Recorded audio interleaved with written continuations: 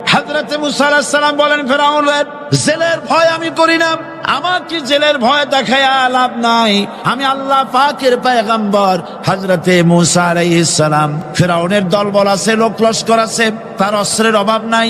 আল্লাহ রাব্বুল আলামিন মুসা আলাইহিস সালামের কাছে একটা অস্ত্র দিছিলেন কিনা আল্লাহ পাক হযরত মুসা কে বলেছেন, ওয়া মা তিলকা বিয়ামিনিকা ইয়া মুসা, মুসা রে তোমার হাতে ওটা কি? মুসা আলাইহিস সালাম বললেন, এটা লাঠি। আল্লাহ পাক বললেন, ফেলে দাও লাঠি। লাঠি ফালায় দিলেন, কি হয়ে গেল? হিয়া হাইয়াতুন তাসআ, লাঠি হয়ে গেল। এখন লাঠি পড়ে সাপ হয়ে গেল। সাপ দেখে নবী ওলি হোক, সাহাবী হোক আর আলেম হোক, সাপ দেখলে ভয় করে না মানুষের? মুসা আলাইহিস সালাম ভয় পেয়েছে। আল্লাহ রাব্বুল আলামিন হযরত মুসাকে শোনায় দিলেন, খুযহা ওয়া লা তাখাফ সানুঈদুহা সিরাতাহাল উলা, খুব ধরো, লা তাখাফ, ভয় পেও না। আল্লাহ বলছেন ধরো, ভয় পেও না। ধরার সঙ্গে সঙ্গে স্বাভাবিক অবস্থায় ফিরে আসবে, আবার লাঠি হয়ে যাবে। এখন আল্লাহ বলছেন ধরো। মুসা আলাইহিস সালাম কি ভয় পাওয়া উচিত হবে? মুসা আলাইহিস সালাম কি ভয় পাইছিলেন? কারণ হচ্ছে এই দুশমনের শক্তিটা খুব বড়ই দেখা যায়, মনে হয় যেন অনেক বড়, কি জানি কি। আল্লাহ পাক বলছেন, ইন্না কাইদাশ শয়তানে কানা দাঈফা, শয়তানের চক্রান্ত যতই তুমি মনে করো অনেক ষড়যন্ত্রের জাল বিস্তার হয়ে আছে, আল্লাহ কয় কিছুই না, দাঈফা, অত্যন্ত দুর্বল। আল্লাহ পাক বললেন ধরো। মুসা আলাইহিস সালাম সাপ ধরলেন, সঙ্গে সঙ্গে লাঠি হয়ে গেল। ফেরাউন বরদাস্ত করলো না, রাষ্ট্রশক্তির পক্ষ থেকে আক্রমণ শুরু হলো। অপরাধ কি? মুসা আলাইহিস সালামের অপরাধ কি অপরাধ? মাশাআল্লাহ, বুঝতে পেরেছেন। অপরাধ হচ্ছে তিনি বলেছেন লা ইলাহা, জোরে বলেন লা ইলাহা ইল্লাল্লাহ। তো আমি বলবো, আল্লাহ রাব্বুল আলামিন কোরআনে কারীমের মধ্যে বলেছেন, আল্লাহু লা ইলাহা ইল্লা হুয়াল হাইয়ুল কাইয়্যুম। কোন সূরা আছে? কোন আয়াতে? আয়াতুল কুরসি। পড়তে ইচ্ছা করে না? পড়েন আমার সাথে, আল্লাহু লা ইলাহা ইল্লা হুয়াল হাইয়ুল কাইয়্যুম। আল্লাহ হচ্ছেন তিনি যিনি ছাড়া কোনো উপাস্য নাই, কোনো ইলাহা নাই, কোনো মাবুদ নাই, যিনি ছাড়া আর কোনো ইবাদতের মালিক নাই, আর যিনি হচ্ছেন সদা জাগ্রত চিরঞ্জীব, সার্বভৌমত্বের একচ্ছত্র মালিক, যিনি সদা জাগ্রত চিরঞ্জীব, তিনি হচ্ছেন আল্লাহ। এখন কেউ যদি বলেন আল্লাহ অক্ষর কি, এক একটা অক্ষর বাদ দিয়া আল্লাহরে চিনায় দেন, তাও চিনানো যাবে। আল্লাহর প্রথম অক্ষর যদি বাদ দেন, কি থাকবে? কোরআনে কারীম বলছে, তা দিয়েও বোঝা যাবে, লিল্লাহি মা ফিস সামাওয়াতি ওয়া মা ফিল আরদ। আল্লাহ হচ্ছেন তিনি যার জন্য আকাশ আর জমিন, আকাশ এবং জমিনের একচ্ছত্র মালিক। এর মাঝখানে যা কিছু আছে সব কিছুর মালিকানা যার হাতের মুঠায়, তিনি আমার আল্লাহ। তিনি কে? আল্লাহ। এরপরে যদি বলেন আর একটা নাম ছেড়ে দেন, আলিফ সাল্লাম, একটা নাম ছেড়ে দিলাম, তাহলে কি থাকলো? লাহু থাকলো, দুইটা অক্ষর থাকলো লাহু। এই লাহু দিয়েও আল্লাহ রাব্বুল আলামিনের সিফাতকে, তার গুণকে বোঝা যাবে। লাহু মাকালিদুস সামাওয়াতি ওয়াল আরদ। আল্লাহ পাক বলেন, আসমান এবং জমিনের রিজকের চাবি কাঠি আল্লাহ পাকের হাতে, যাকে খুশি তিনি পর্যাপ্ত রিজেক দান করেন। কেউ যদি বলেন লামটাও ভালায় দেন, লামটাও ছেড়ে দেন, দিলাম নাম একটা ছেড়ে, থাকলো কি? একটা অক্ষর থাকলো হু। এই হু দিয়ে আমার আল্লাহরে চেনা যাবে। ওয়া হুয়াল গফুরুল ওয়াদুদুল আরশিল মাজিদ ফাআলুল লিমা ইউরিদ। আমার আল্লাহ হচ্ছেন তিনি যিনি ক্ষমাশীল, যিনি দয়াবান, যিনি বান্দাকে মহব্বত করেন, যিনি হচ্ছেন আরশে আজিমের মালিক, তিনি হচ্ছেন সেই মহান সত্তা যিনি যা খুশি তাই করতে পারেন। সুতরাং আল্লাহ হচ্ছেন এমন এক লফজ, এমন এক নাম, এমন এক ইসমে জাত, যার কোনো বিকল্প নাই, যা অনুবাদ করে আল্লাহকে স্রষ্টা বললে এটা সারবে না, সৃষ্টিকর্তা বললে সারবে না। আল্লাহ পাকের নামের বিরাট বিশাল ব্যাপক অর্থ রয়েছে। সুতরাং আল্লাহকে আল্লাহই বলতে হবে। আল্লাহকে কি বলতে হবে? আল্লাহ আল্লাহ আল্লাহ। কত মজাই নামে, সুবহানাল্লাহ বিহামদিহি, কত মজাই নামে। আল্লাহ রাব্বুল আলামিন বলেন, আমরা শুরু করছি সূরা ফাতিহা। অভিনন্দন পত্র দিচ্ছি, কারে দিচ্ছি? আল্লাহ পাককে দিচ্ছি। সেখানেও ভাষা দিয়ে রব্বুল আলামিন বলেন, প্রশংসা করো আলহামদুলিল্লাহি রাব্বিল আলামিন। সমস্ত প্রশংসা আল্লাহ পাকের, যিনি হচ্ছেন রব, যিনি কি? রব। এখন এই রব শব্দের বাংলা অর্থ করা হয় প্রভু, লালনকারী, প্রতিপালনকারী, কিন্তু এই অর্থ যথেষ্ট নয়। কোরআনে কারিমে যে রব বলা হয়েছে তার অর্থ হচ্ছে, তার অর্থ ব্যাপক, অনেক বিশাল এর অর্থ। এ রব কাকে বলে? এই রব শব্দের বাংলা অর্থ করা হয় প্রভু, লালনকারী, প্রতিপালনকারী, কিন্তু এই অর্থ যথেষ্ট নয়। কোরআনে কারিমে যে রব বলা হয়েছে তার অর্থ হচ্ছে, তার অর্থ ব্যাপক, অনেক বিশাল এর অর্থ। এ রব কাকে বলে? আমি রবের সমস্ত ব্যাখ্যা করতে পারবো না, তবে অল্প কথায় এমন ভাবে বলতে চেষ্টা করব যাতে করে আপনাদের বুঝে আসবে ইনশাআল্লাহ। আমরা বলি ইনশাআল্লাহ। এখন আপনারা যদি আমাকে প্রশ্ন করেন যে অত কথা বুঝি না, এক লাইনে এক বাক্যে বুঝায় দেন রব কাকে বলে, তাহলে আমি কথাটা এইভাবে বলবো, যাহার যখন যে জিনিসের যতটুকুন প্রয়োজন তাহাকে তখন সেই জিনিস ফরিয়াদ করার আগে যিনি পৌঁছে দেন তার নাম হচ্ছে রব। এ রব হচ্ছে তার মধ্যে রুবুবিয়তের সম্পূর্ণ কোয়ালিটিতে ভর্তি। আল্লাহ পাকের মধ্যে রুবুবিয়তের কোয়ালিটি। রব শুধু সৃষ্টি করেই ছেড়ে দেন না, প্রতিপালন করেন, পূর্ণতায় পৌঁছে দেন। সুবহানাল্লাহ বলতে ইচ্ছে করে না ভাইরা? দেখেন, আল্লাহ রাব্বুল আলামিন এমন রব, বাংলাদেশের কুকুর আর আমেরিকা ইউরোপের শীত প্রধান দেশের কুকুর একরকম নয়। আমাদের দেশের পশু ইউরোপ আমেরিকা শীত প্রধান দেশের পশু একরকম নয়। তার কারণ হলো আমাদের দেশে শীত কম, নাতিশীতোষ্ণ অঞ্চলের মধ্যে খানিকটা পড়ে যায়। এখানে পশুদের গায়ে কম পশম থাকলে কোনো অসুবিধা নাই। ভেড়া, ঘোড়া, কুকুর, বন্য প্রাণীকে কেউ তো কম্বল দেয় না, ল্যাপ দেয় না, রাজাই দেয় না, খাতা দেয় না, চাদর দেয় না। আল্লাহ রাব্বুল আলামিন তিনি এমন রব, শীত প্রধান দেশের পশুদের গায়ে পশম দিয়া চিরস্থায়ী কম্বল জড়ায় দিয়েছেন। এটা হচ্ছে রব। প্রতিপালনের পদ্ধতি কি সুন্দর করে তিনি প্রতিপালন করছেন, কি সুন্দর করে তিনি পশু পক্ষীগুলিকে তাদের আহার জোগাড় করছেন, প্রতিপালন করছেন। তিনি রব। মানুষকে সৃষ্টি করেছেন, আমাদেরকে সৃষ্টি করেছেন, সব প্রয়োজন মিটাইছেন, সকল প্রয়োজন মিটিয়েছেন, একটা জিনিস বাদ রাখেন না। আমাদের মুখে দাঁতের দরকার ছিল, মায়ের পেট থেকে দাঁত নিয়ে আসিনি। মায়ের পেট থেকে আসার পরে আমাদের খাবারের দরকার ছিল। লক্ষ্য করেন রব কারে বলে, লক্ষ্য করুন। মায়ের পেটের মধ্যে যখন ছিলাম ওখানে কোনো রোগের জীবাণু ঢুকতে পারে নাই। ফি করারিম মাকিন, একটি সুরক্ষিত জায়গায় আল্লাহ রাব্বুল আলামিন বাচ্চাকে রেখেছেন, যেখানে কোনো সর্দি হবে না, জ্বর হবে না, সর্দি হবে না, ব্রঙ্কাইটিস হবে না, ডায়াবেটিস হবে না, প্রেসার হবে না। মায়ের পেটের মধ্যে বাচ্চাকে এমন জায়গায় আল্লাহ যত্ন করে রেখেছেন। এই বাচ্চা যখন মায়ের পেট থেকে বেরিয়ে এলো তখন তার পরিবেশ অত্যন্ত খারাপ। এখানে পলিউশন আছে, এখানে কার্বন ডাই অক্সাইড আছে, এখানে বিষাক্ত হাওয়া আছে, এখানে দূষিত আবহাওয়া রয়েছে। প্রতি মুহূর্তে রোগ তাকে হামলা চালাতেছে। এই রোগের থেকে সে বাচ্চা বাঁচবে কি করে? এজন্য রব্বুল আলামিন তিনি এমন রব, মায়ের বুকের মধ্যে যে খাবার তৈরি করলেন বাচ্চার, ওই খাবারের মধ্যে বাচ্চার ওষুধও আল্লাহ পাক বানায়া দিলেন।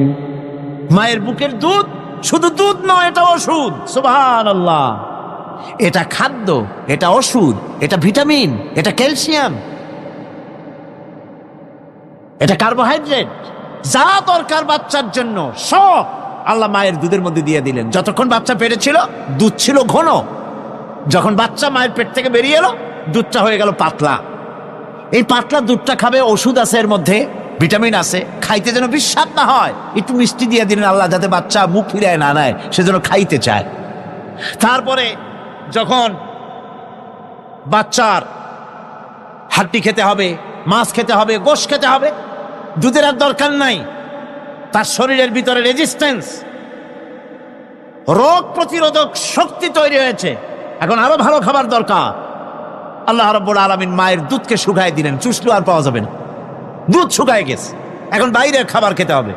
আসছিল যখন বুকে দাঁত ছিল না, বাইরে যখন এলো দাঁতের যখন দরকার হলো, কোন আল্লাহর বান্দা কি আল্লাহর কাছে দরখাস্ত করেছেন যে আল্লাহ আমার কয়েকখান দাঁত দাও, দাঁত ছাড়া আমি চাবাই কেমন? এই সবগুলি দাঁত কে সেট করে দিলেন? রব্বুল আলামিন দাঁতগুলিকে সেট করে দিলেন, মুখের মধ্যে দাঁত এসে গেল। আল্লাহ রব্বুল আলামিন শরীরটাকে সাজিয়ে গুছিয়ে, হিউম্যান বায়োলজি যাকে বলা হয়, এই শরীরকে যে সুন্দর করে আল্লাহ পাক তৈরি করলেন বলে শেষ করা যাবে না, কত সুন্দর করে আল্লাহ পাক বানিয়েছেন। আপনার মাথার ভিতরে সেল তৈরি করা হলো, ব্রেন তৈরি করা হলো। এই ব্রেনটা শুকনা জায়গায় রাখা হয় নাই। শুকনা জায়গার মধ্যে ব্রেনটা যদি থাকতো, নড়াচড়া করে আপনার ব্রেনের যে টেকনোলজি আল্লাহ পাক ইউজ করেছেন সেটা অসুবিধাগ্রস্ত হতো। এই জন্য ক্রিম যেভাবে পানির মধ্যে ভাসা থাকে, পানির মধ্যে ভাসমান ক্রিম মাখন যেভাবে রাখা হয়, সামান্য পানির মতো করে এর ভিতরে ব্রেনটাকে রাখা হয়েছে। এই ব্রেনের ভিতরে, ব্রেন হচ্ছে পৃথিবীতে কম্পিউটার, আজকের পৃথিবীর শ্রেষ্ঠ আবিষ্কার। কিন্তু মানুষের মাথায় যে কম্পিউটার আল্লাহ পাক দান করেছেন, এই কম্পিউটারের সামনে দুনিয়ার কম্পিউটার এতিম। এবার লন্ডন গিয়েছিলাম, প্রত্যেক বছর 1.5 মাস 2 মাস সময় পাই, কিন্তু আপনারা দোয়া করেছেন এখন পার্লামেন্টে সময় দিতে হয় বেশি, বিদেশের সফর কমে গিয়েছে। 10 দিনের জন্য গিয়েছিলাম, ওরা আমাকে একটা ডায়েরি দিল।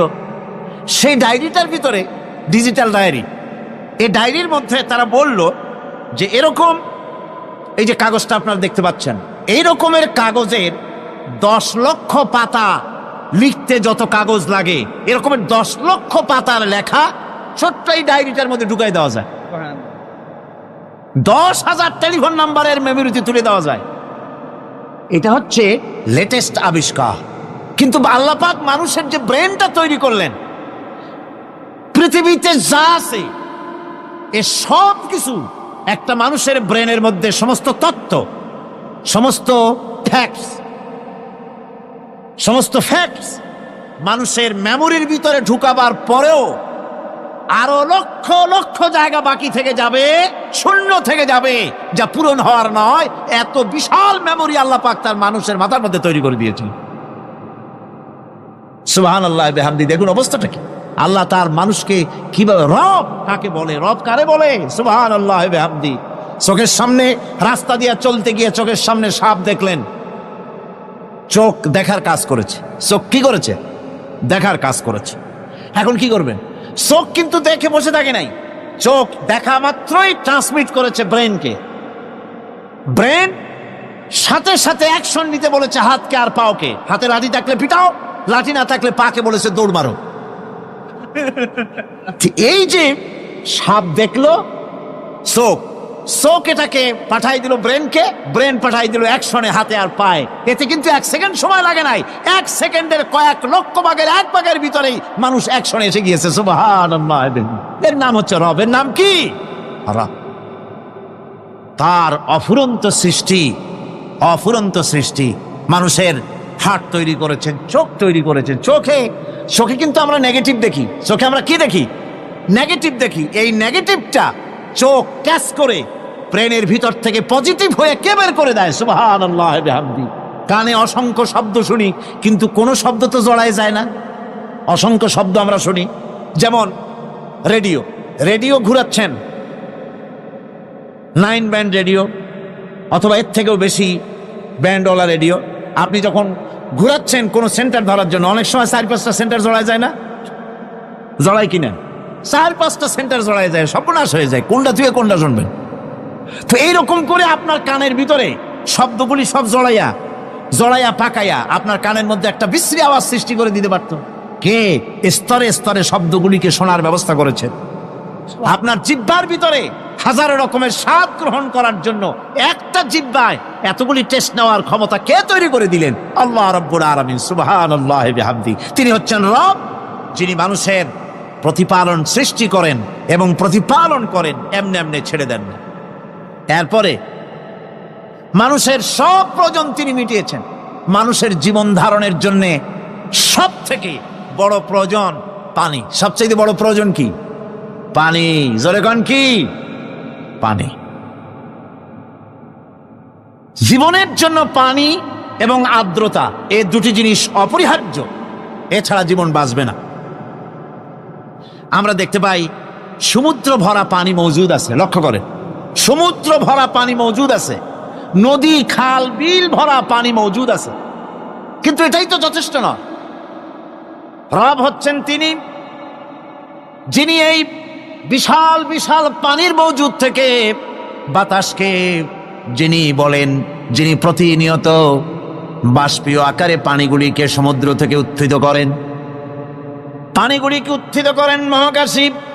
আল্লাহ পাক বলেন, আল্লাহুল্লাযী আরসালার রিয়াহা ফাতুসিরু সাহাবা, বাষ্প হয়ে পানিগুলি আকাশে উত্থিত হয় এবং মহাকাশে যাওয়ার পর এই পানিগুলি, লবণাক্ত পানিগুলি আল্লাহর মেশিনে সেগুলি মিষ্টি হয়ে যায়। জোরে কোন সুবহানাল্লাহ। পানিগুলি মিষ্টি হয়ে গেল, ওই মিষ্টি পানি আল্লাহ রাব্বুল আলামিন নাজিল করে দিলেন। এবার বৃষ্টি কণা কণা হয়ে পড়লো, ফোঁটা ফোঁটা বৃষ্টি। আল্লাহ খুঁজে দেখলেন বৃষ্টির ফোঁটাগুলি পৃথিবীর প্রতিটি কণা তালাশ করে তৃষ্ণার্ত কণাগুলিকে আল্লাহ পাক ভিজায় দিলেন। সেই জন্য তার নাম হলো রব। তিনি হচ্ছেন রব, প্রয়োজন মিটান। পানি সবচেয়ে প্রয়োজন বেশি, সেই পানি আল্লাহ পাক এভাবে সরবরাহ করলেন। জমিনের চারিদিকে নদী নালা রেখেছেন, জমিনকে আর্দ্র করেছেন, জমিনের ভিতরের পানি মিষ্টি করেছেন। টিউবওয়েল মারলে পরে, পাম্প করলে পরে ভিতর থেকে মিঠা পানি আল্লাহ পাক বের করে দেন। সুবহানাল্লাহ। এই মিষ্টি পানির ব্যবস্থা করেছেন। এরপরে তিনি ওই আল্লাহ পাক মিষ্টি পানির ব্যবস্থা করে বৃষ্টির মাধ্যমে পৃথিবীতে ফসল উৎপাদনের ব্যবস্থা করে দিলেন। পাক কোরআনে কারীমের মধ্যে বলেছেন, ওয়াজআলনা মিনাল মাই কুল্লা শাইইন হাই, পানি দ্বারাই আমি সব বস্তুকে সজীব রাখি। বৈশিষ্ট্যের দিক থেকে পানির রয়েছে অনেক গুণ, আশ্চর্য গুণ। পৃথিবীর ৭৫% হচ্ছে পানি। আকাশ থেকে অর্থাৎ চাঁদ থেকে যখন চাঁদে ভ্রমণকারীরা যখন ছবি তুলেছে, তো সেই ছবিতে ব্লু রং এসেছে বেশি, সবুজ এসেছে কম। সবুজ হলো গাছপালা আর ব্লু হচ্ছে পানি। সমুদ্রের পানির রং হচ্ছে নীল। মানুষের শরীরের ভিতরে ৬০% পানি, গাছের মধ্যে রয়েছে পানি। পানি ছাড়া পৃথিবীর বাঁচার কোনো পথ নাই। আবার দেখেন, প্রচন্ড শীতের কারণে, ঠান্ডার কারণে যেসব এলাকায় তাপমাত্রা হিমাঙ্কের নিচে এসে যায়, সেই সব দেশে সমুদ্রের পানি আর দরিয়ার পানিগুলি বরফ হয়ে যায়। এই বরফ যখন হতে থাকে, তখন পানি তার নিজের তাপকে নিচের দিকে ছুটতে থাকে। উপরের তাপ বরফ হয়ে যায় ঠান্ডা, আর নিচে তাপ বিচ্ছুরিত করে দিয়ে পানির ভিতরে যত জলজ প্রাণী আছে আর উদ্ভিদ আছে, সবগুলিকে বাঁচায় রাখার ব্যবস্থা আল্লাহ রাব্বুল আলামিন এভাবে করে থাকে। এবার আল্লাহ রাব্বুল আলামিন বলছেন, এই পানি ছাড়া মানুষ বাঁচে না, প্রাণী বাঁচে না। পানি এমন এক জিনিস, এমন এক নিয়ামত আমি দান করলাম। আল্লাহ পাক বলেন, কুল আরাআইতুম ইন আসবাহা মাউকুম গাওরান ফামান ইয়াতিকুম বিমাইন মাইন। বলো দেখি, সবে শুকাইয়া যদি যায় এই জমিনের পানি, তাহলে হেথায় তটনির ধারা কে দিবে সবারে আনি। এই পৃথিবীর নদী নালা খাল বিল জমিনের আভ্যন্তরীণ দিকে পানিগুলি যদি আমি আল্লাহ রাব্বুল আলামিন শুকায় দেই, তাহলে আমি আল্লাহ ছাড়া এমন কে আছে যে নতুন করে আবার পানির আমদানি করে দিতে পারে? আছে কেউ? আজ পানির শূন্যতা আমাদের দেশে দেখা যাচ্ছে। পানি আস্তে আস্তে কমে যাচ্ছে, আস্তে আস্তে পানি শেষ হয়ে যাচ্ছে। কি কারণে শেষ হচ্ছে এবং কি হলে পানি পাওয়া যাবে পরে বলা যাবে ইনশাআল্লাহ। তো জীবন ধারণের জন্য যেমন পানির প্রয়োজন, জীবন ধারণের জন্য তেমন বাতাসেরও প্রয়োজন। পানি ছাড়া তো কিছু সময় চলতে পারে, পানি এবং খাদ্য ছাড়া কিছু সময় চলতে পারে, কিন্তু বাতাস ছাড়া তো এক মুহূর্ত চলে না, ঠিক কিনা? বুঝেন কিনা কথা? বাতাস ছাড়া এক মুহূর্ত চলতে পারে না। অথচ আল্লাহ রাব্বুল আলামিন এই বাতাস দিয়ে গোটা আকাশকে, শূন্য জায়গাগুলি বাতাস দিয়ে ভরে রেখেছেন, যাতে করে কারো বাতাসের কোনো অসুবিধা না হয়, শ্বাস করতে কোনো কষ্ট না হয়। প্রাণী জগৎকে বাতাস দিয়ে বাঁচিয়ে রাখার জন্য আল্লাহ পাক মহাশূন্যকে এভাবে সব এলাকা বাতাস দিয়ে ভরে রেখেছেন। এই জন্য তার নাম হচ্ছে রব। এটাই হচ্ছে রুবুবিয়তের নমুনা। আমার ভাইয়েরা, আল্লাহ রাব্বুল আলামিন পানি দিলেন, বাতাস দিলেন, খাদ্যের ব্যবস্থা করে দিলেন। শস্য শ্যামল এলাকায় আল্লাহ পাক সব জায়গাগুলিতে শস্য শ্যামল হোক অথবা উষর ধূসর মরুভূমি হোক, সারা পৃথিবী জুড়ে আল্লাহ রাব্বুল আলামিন খাবারের দস্তরখান বিছায় রেখেছেন। ওয়ামা মিন দাব্বাতিন ফিল আরদি ইল্লা আলাল্লাহি রিজকুহা। এই পৃথিবীর বুকে এমন কোন বিচরণশীল জীব নাই যেই জীবের রিজকের দায়িত্ব আমি আল্লাহ আমার নিজ হাতে গ্রহণ করি নাই। জোরে বলেন সুবহানাল্লাহ। সব রিজেক আমি ছড়াই রেখেছি বিশ্বজুড়ে সর্বত্র। আল্লাহ পাক বলছেন, ফালইয়ানজুরিল ইনসানু ইলা তাআমিহি আন্না সাবাবনাল মাআ সাব্বা সুম্মা শাকাকনাল আরদা শাক্কা ফাআমবাতনা ফিহা হাব্বা। আল্লাহ পাক বলছেন, মানুষের উচিত নিজ খাদ্যাদির দিকে লক্ষ্য করা, নিজের খাদ্যের দিকে লক্ষ্য করা। যেহেতু এই খাদ্য প্রতিদিন তার সামনে আসে, এদিকে তার লক্ষ্য করা উচিত। আমি প্রথমে জমিনের উপরে পানি বর্ষণ করি, পরে জমিনকে দীর্ণ বিদীর্ণ করি, এরপরে জমিনের ভিতরে উর্বরা শক্তি আমি দান করি। কে বলতেছেন কথা? আল্লাহ পাক বলছেন। এরপরে আমি নানান জাতের ফসল ফলন তোমাদের জন্য আমি দান করে দেই। খাদ্যের দিকে নজর করতেই জন্য আল্লাহ পাক বলেছেন, মানুষ চতুর্দিক থেকে তো চোখ ফিরাতে পারে, মুখ ফিরাতে পারে, কিন্তু খাদ্যের দিকে তার নজর করতেই হয়। সকালে, দুপুরে, বিকালে, রাত্রে সব সময় তার সামনে খাবার আছে। আল্লাহ পাক বলেন, খাবারের দিকে একটু নজর করো, কেমন ভাবে কি সুন্দর করে খাবারগুলি তৈরি করে দিয়েছি, শুরু কিভাবে হলো, পরিপক্ক কিভাবে হলো, সেদিকে তোমরা লক্ষ্য করো। সে লক্ষ্য তো করা নাই, সমানে খায়, বিসমিল্লাহ বলে না, আলহামদুলিল্লাহ বলে না, পাইকারি দরে খাইতেই থাকে। আল্লাহ পাক বলছেন, খাদ্যাদির দিকে লক্ষ্য করো। এই যে চাউল তোমরা খাচ্ছ, আটা খাচ্ছ, গম খাচ্ছ, মাছ খাচ্ছ, গোশ খাচ্ছ, তাম পৃথিবীর সমস্ত বিজ্ঞানীরা একত্রিত হয়ে একটা চাউল বানাইতে পারবে? জোরে কোন পারবে? না পারবে। পারবে? প্লাস্টিকের চাউল খাবে আর কলেরা হয়ে মরবে। পৃথিবীর সমস্ত বিজ্ঞানীরা একত্রিত হয়ে একটি চাউল বানাতে পারবে না, একটা ডিম বানাতে পারবে না। পারবে একটা ডিম বানাতে? পারবে না। বিজ্ঞানীদের প্রশংসা আমরা করি, হ্যাঁ করি, বিজ্ঞানীরা অনেক কিছু বিশ্বকে উপহার দিয়েছে, কিন্তু মূল রবের কাছে আমরা যাই না, তাকে চিনতেও পারি না, সেখানে যাই না। বিজ্ঞানীরা কি করেছে? আল্লাহর বানানো জিনিসগুলি তারা ডিজাইন করেছে। ডিজাইন করতে তো নিষেধ নাই, আর ডিজাইন করাই যায়, সৃষ্টি করতে পারে না। বিজ্ঞানীরা সৃষ্টি করে নাই, ডিজাইন করেছে। কিরকম? আল্লাহ পাক চাউল তৈরি করেছেন। চাউল তৈরি করেছে কে? বলেন না সবাই। এখন আপনারা সেই চাউল দিয়ে পিঠা বানান, পায়েস বানান, সেই চাউল দিয়ে ভাপা পিঠা, আরো কি যেন খায় চট্টগ্রামে রস দিয়ে, ওটা কি কয়? ধুই পিঠা না কেন? ধোঁয়া পিঠা।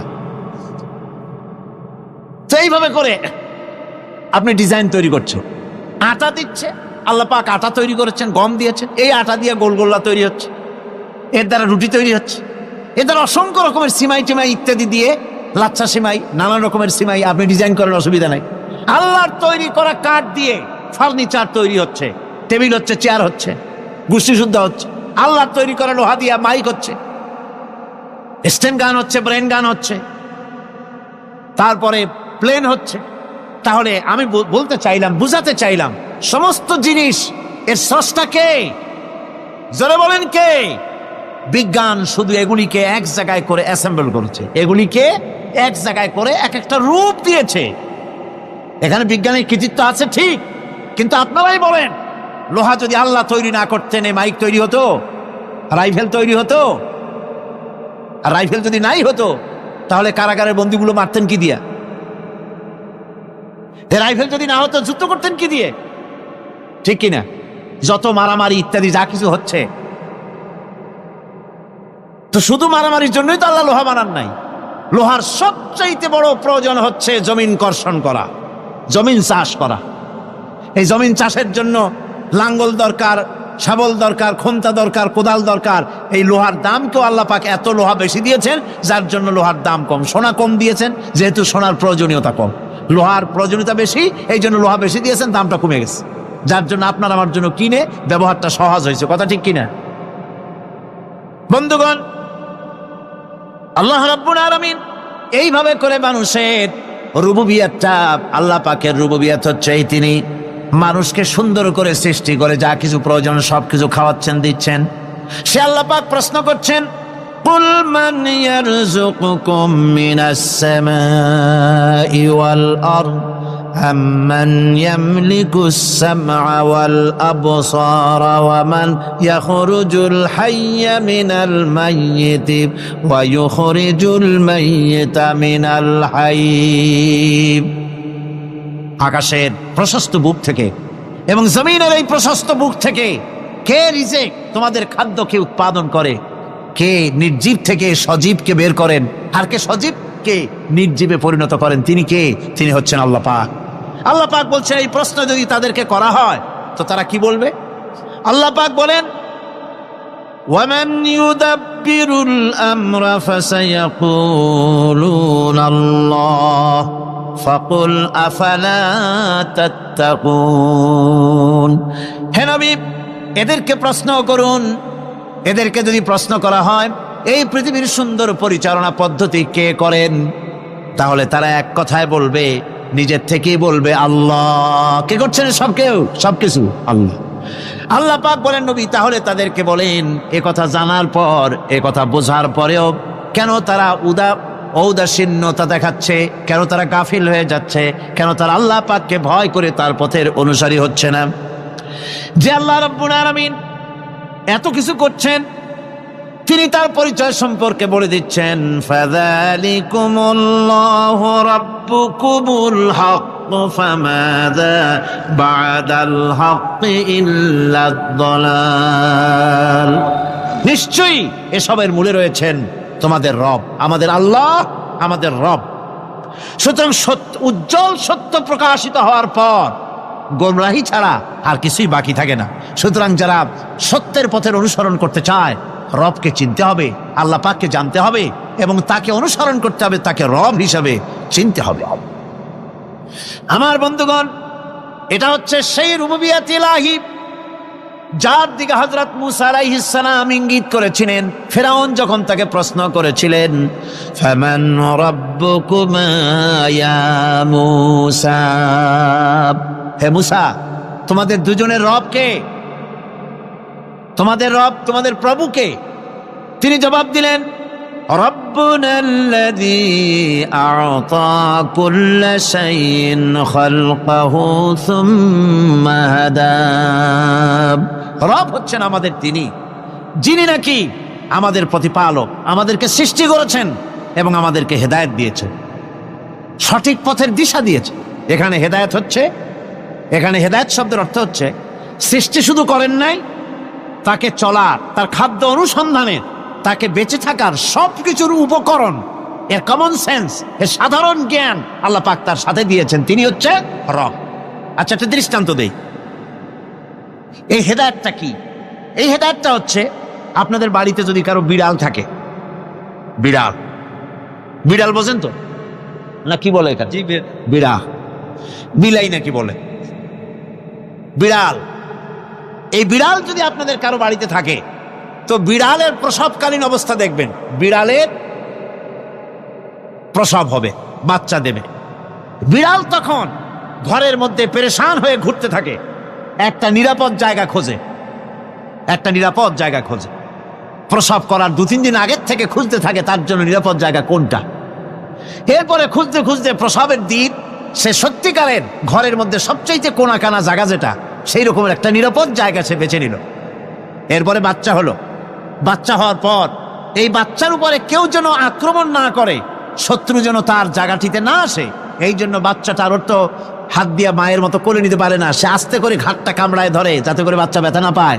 ওইভাবে করে ঘাড় কামড়ায় ধরে, আজকে এই সিঁড়ির নিচে, কালকে ওই খাটের নিচে, পরশুদিন এই আলমারির কোনায়, এইভাবে বাচ্চাগুলি সরায় সরায় রেখে বাচ্চাকে প্রতিপালন করে।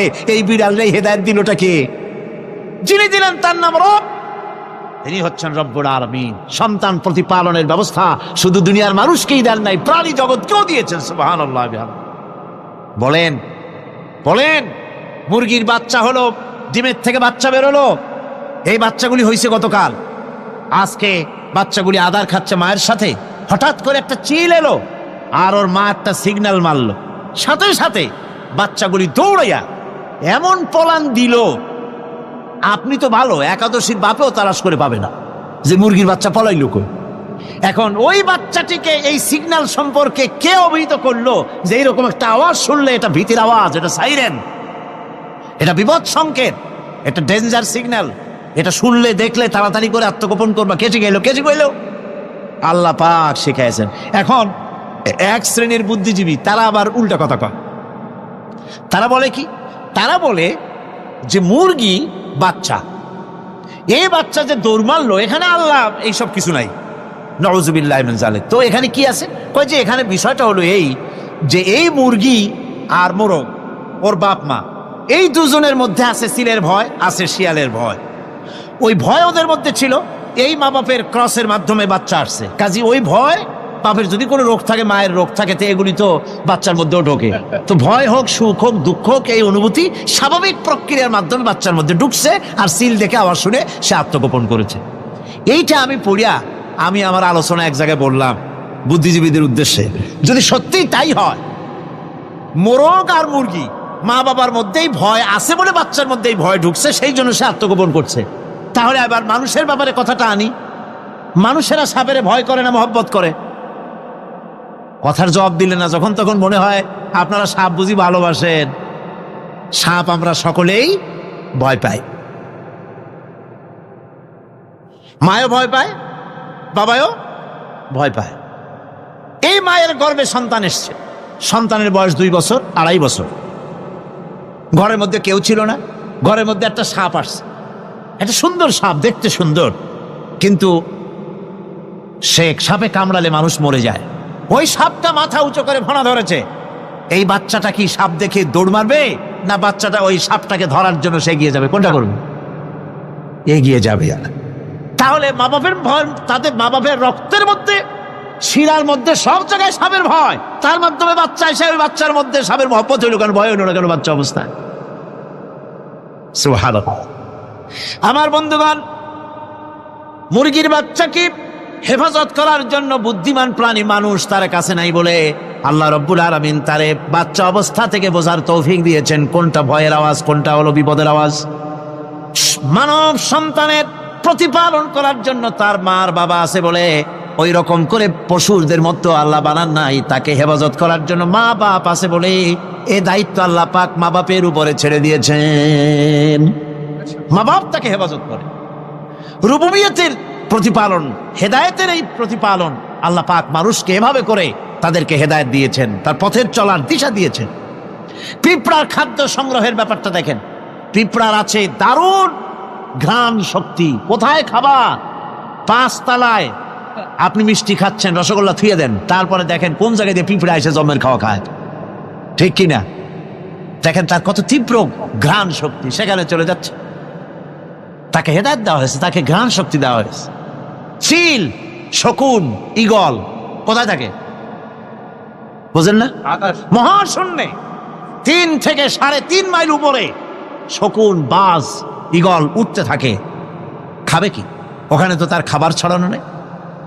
আল্লাহ হচ্ছেন এমন রব, আমাদের স্রষ্টা হচ্ছেন এমন রব, যিনি ওই চিল, বাজ আর শকুন মহাশূন্যে যেগুলি উড়ে বেড়ায়, ওদেরকে আল্লাহ পাক এমন তীব্র দৃষ্টি শক্তি দান করেছেন, 3 মাইল উপর থেকেও ছাগল মুরগি মরা দেখলে ওখান থেকে এসে ঝাঁপায় পড়ে তা খেতে পারবে। তাকে দেওয়া হচ্ছে দৃষ্টিশক্তি। এরকম করে যার যা প্রয়োজন, সমস্ত প্রয়োজনগুলি আল্লাহ মিটাচ্ছেন। এরই নাম হচ্ছে রুবুবিয়াতে এলাহি। এটাই হচ্ছে আল্লাহ পাক রব, এটা তার অসংখ্য প্রমাণ। সেই জন্য আল্লাহ পাক বলেন আলহামদুলিল্লাহি রাব্বিল আলামিন। পড়েন সবাই, আলহামদুলিল্লাহি রাব্বিল আলামিন। সমস্ত প্রশংসা হচ্ছে আল্লাহ পাকের জন্য। কোন আল্লাহ? প্রথমে তো আল্লাহ বললাম, তারপর বললাম রব, এখন বলা হচ্ছে কোন রব? যিনি আলামিন, রব্বিল আলামিন, যিনি সমস্ত জাহানের রব। তাহলে বোঝা যাচ্ছে রব, জগৎ একটা না। জগৎ, কথা বুঝতেছেন আমার? জগৎ একটা নয়, অসংখ্য জগৎ আছে।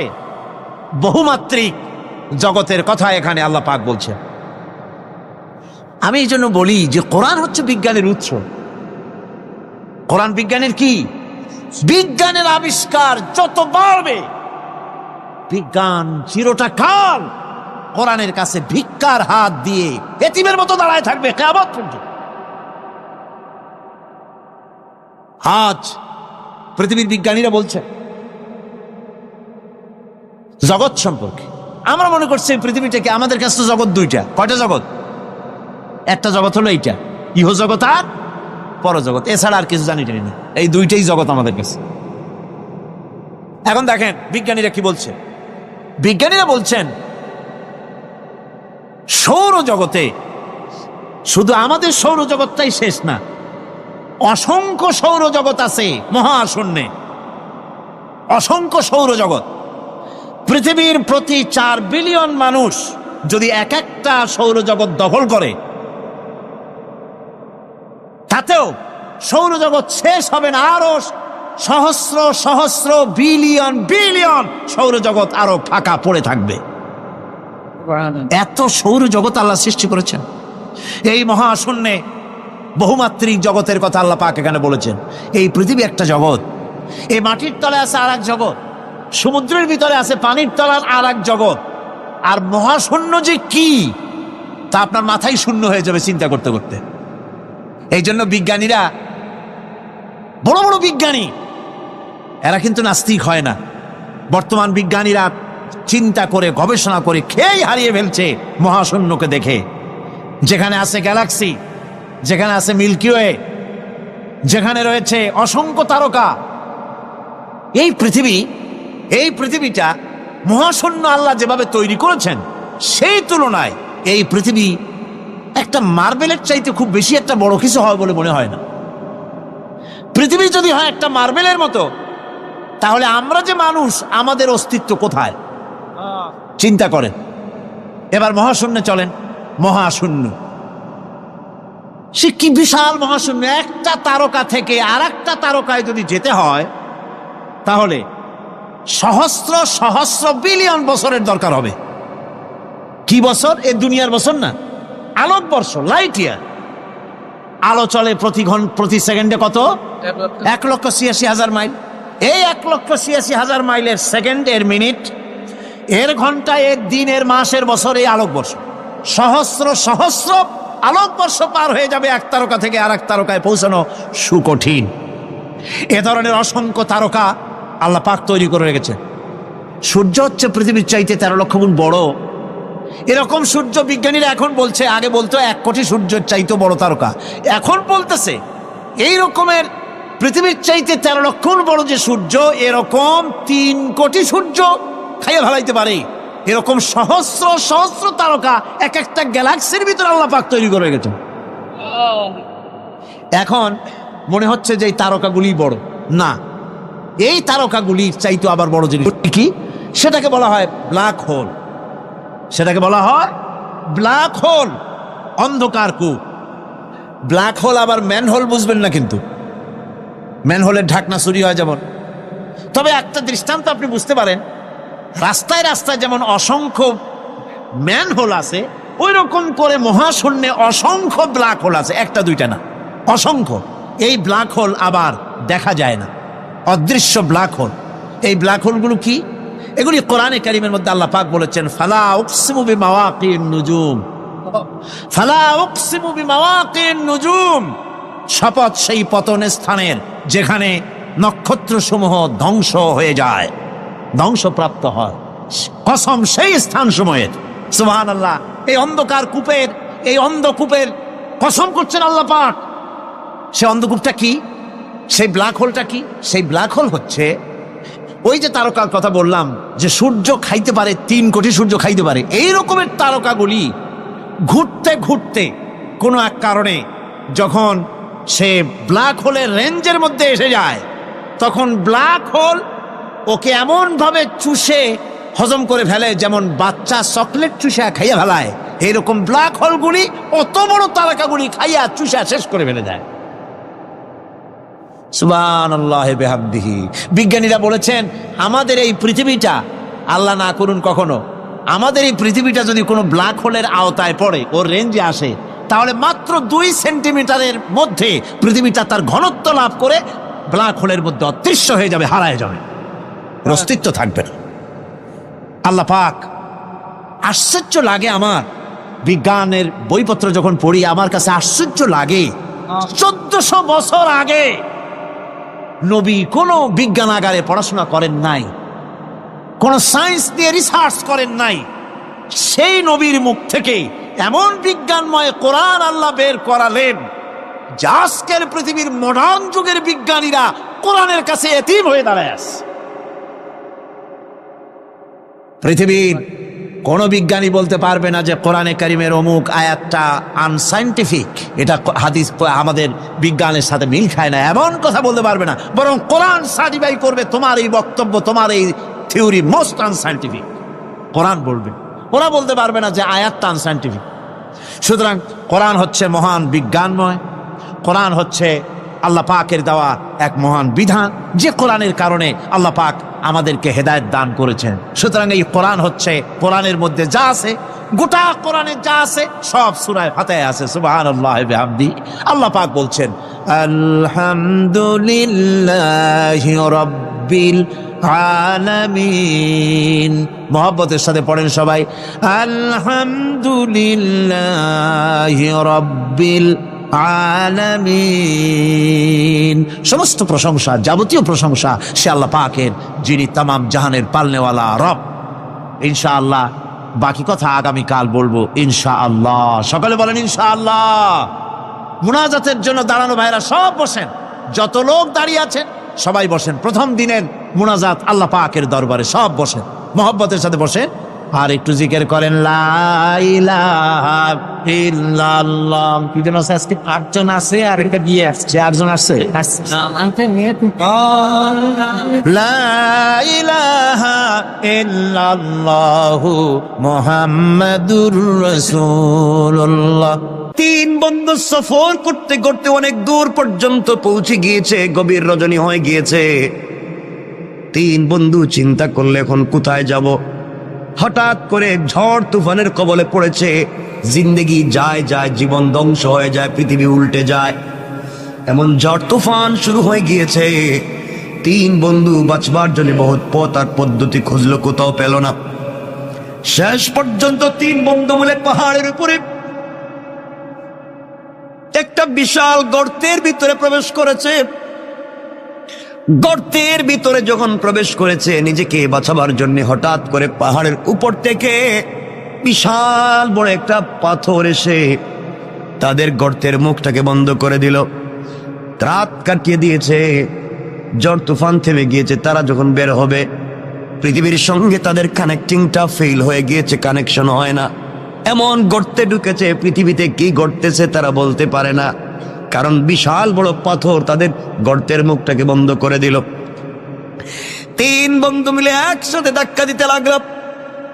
প্রত্যেকটা মানুষের শরীরের লোমকূপের গোড়া থেকে ঘাম বের হয়ে গিয়েছে, কিন্তু সরিষার দানা পরিমাণ ওই পাথরটাকে নড়ানো যায় নাই।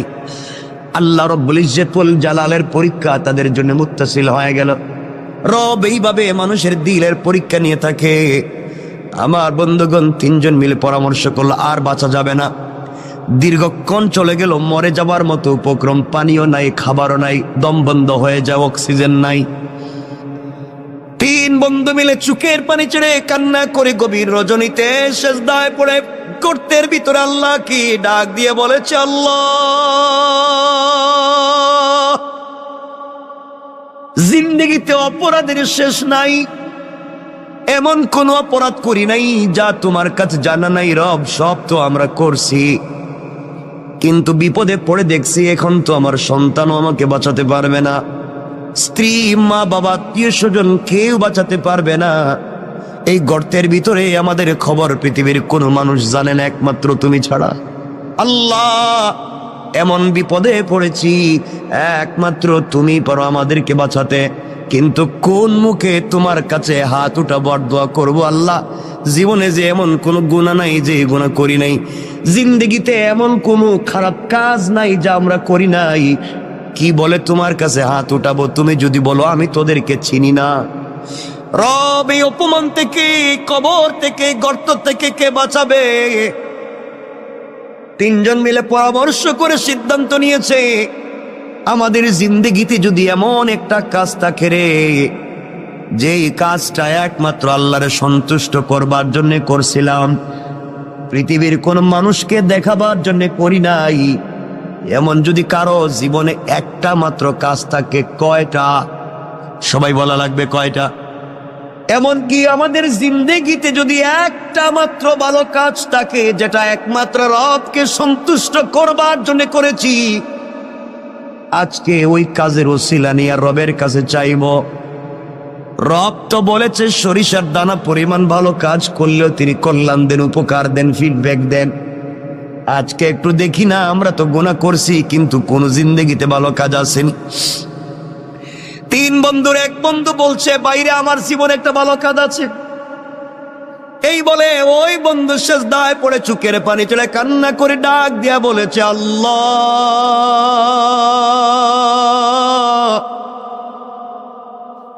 আমার জিন্দেগিতে একটা ভালো কাজের কথা আমার মনে পড়েছে। রব, আমার মন বলছে এই কাজটা একমাত্র তোমার জন্য আমি করছি, পৃথিবীর কেউ আমাকে বাধা দিতে পারবে না। আয় আল্লাহ, আমার চাচাতো বোন, যাকে আমি প্রাপ্ত বয়স্ক হওয়া থেকে যার পিছনে লেগে আছি, যাকে একটা বার স্পর্শ করতে চাই, একটা বার আলিঙ্গন করতে চাই, আমি তার সঙ্গে জেনা করতে চাই, মেলামেশা করতে চাই, তার মতো সুন্দরী মেয়ে আর নাই। কিন্তু আল্লাহ, কোনোদিন তাকে আমার ভাগে নিয়ে আসতে পারলাম না, কোনোভাবে কথা বলে ফুসলাতে পারলাম না। আমার ওই চাচাতো বোনের বিয়ে হয়ে গিয়েছে। বিয়ে হয়ে যাওয়ার পরে, তার স্বামীর বাড়িতে যাওয়ার পরে কিছুদিন পরে তার কি একটা বিপদ হয়েছে,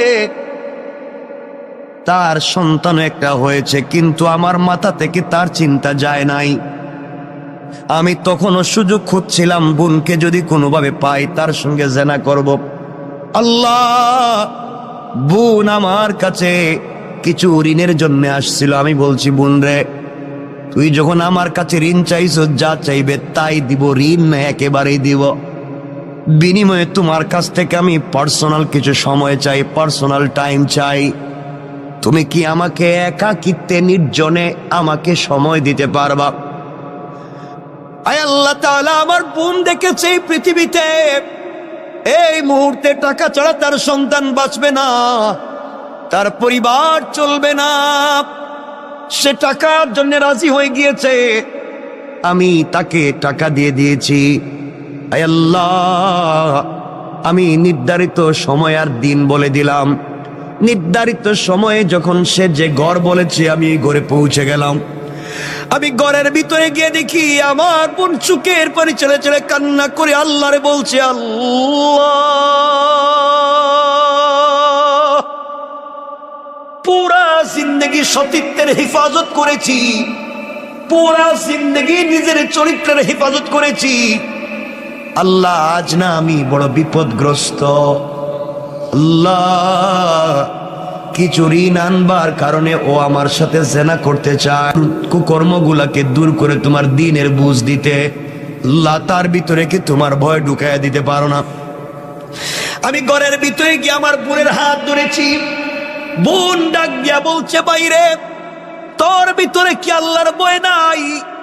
আল্লাহর কাছে ফিরে যাওয়ার কি তোমার ভয় নাই? রব বলেছে, ওয়াত্তাকু, ভয় করো ওই দিনকে, ইয়াওমান তুরজাউনা ফীহি ইলাল্লাহ, ভয় করো ওই দিনকে যেই দিন আমার কাছে তোমাকে ফিরে আসা লাগবে, ওই দিন তোমার হিসাব তোমাকে দেওয়া লাগবে। ও ভাই, তোর ভিতরে কি ভয় নাই? রব বলে দিয়েছে, ওই দিন যে অপকর্ম করবে, দুনিয়ার জমিনে যে গুনাহ করবে, কিয়ামতের দিনে আল্লাহ তার আমলনামা তার হাতে সোজা সোজা দিবেন না।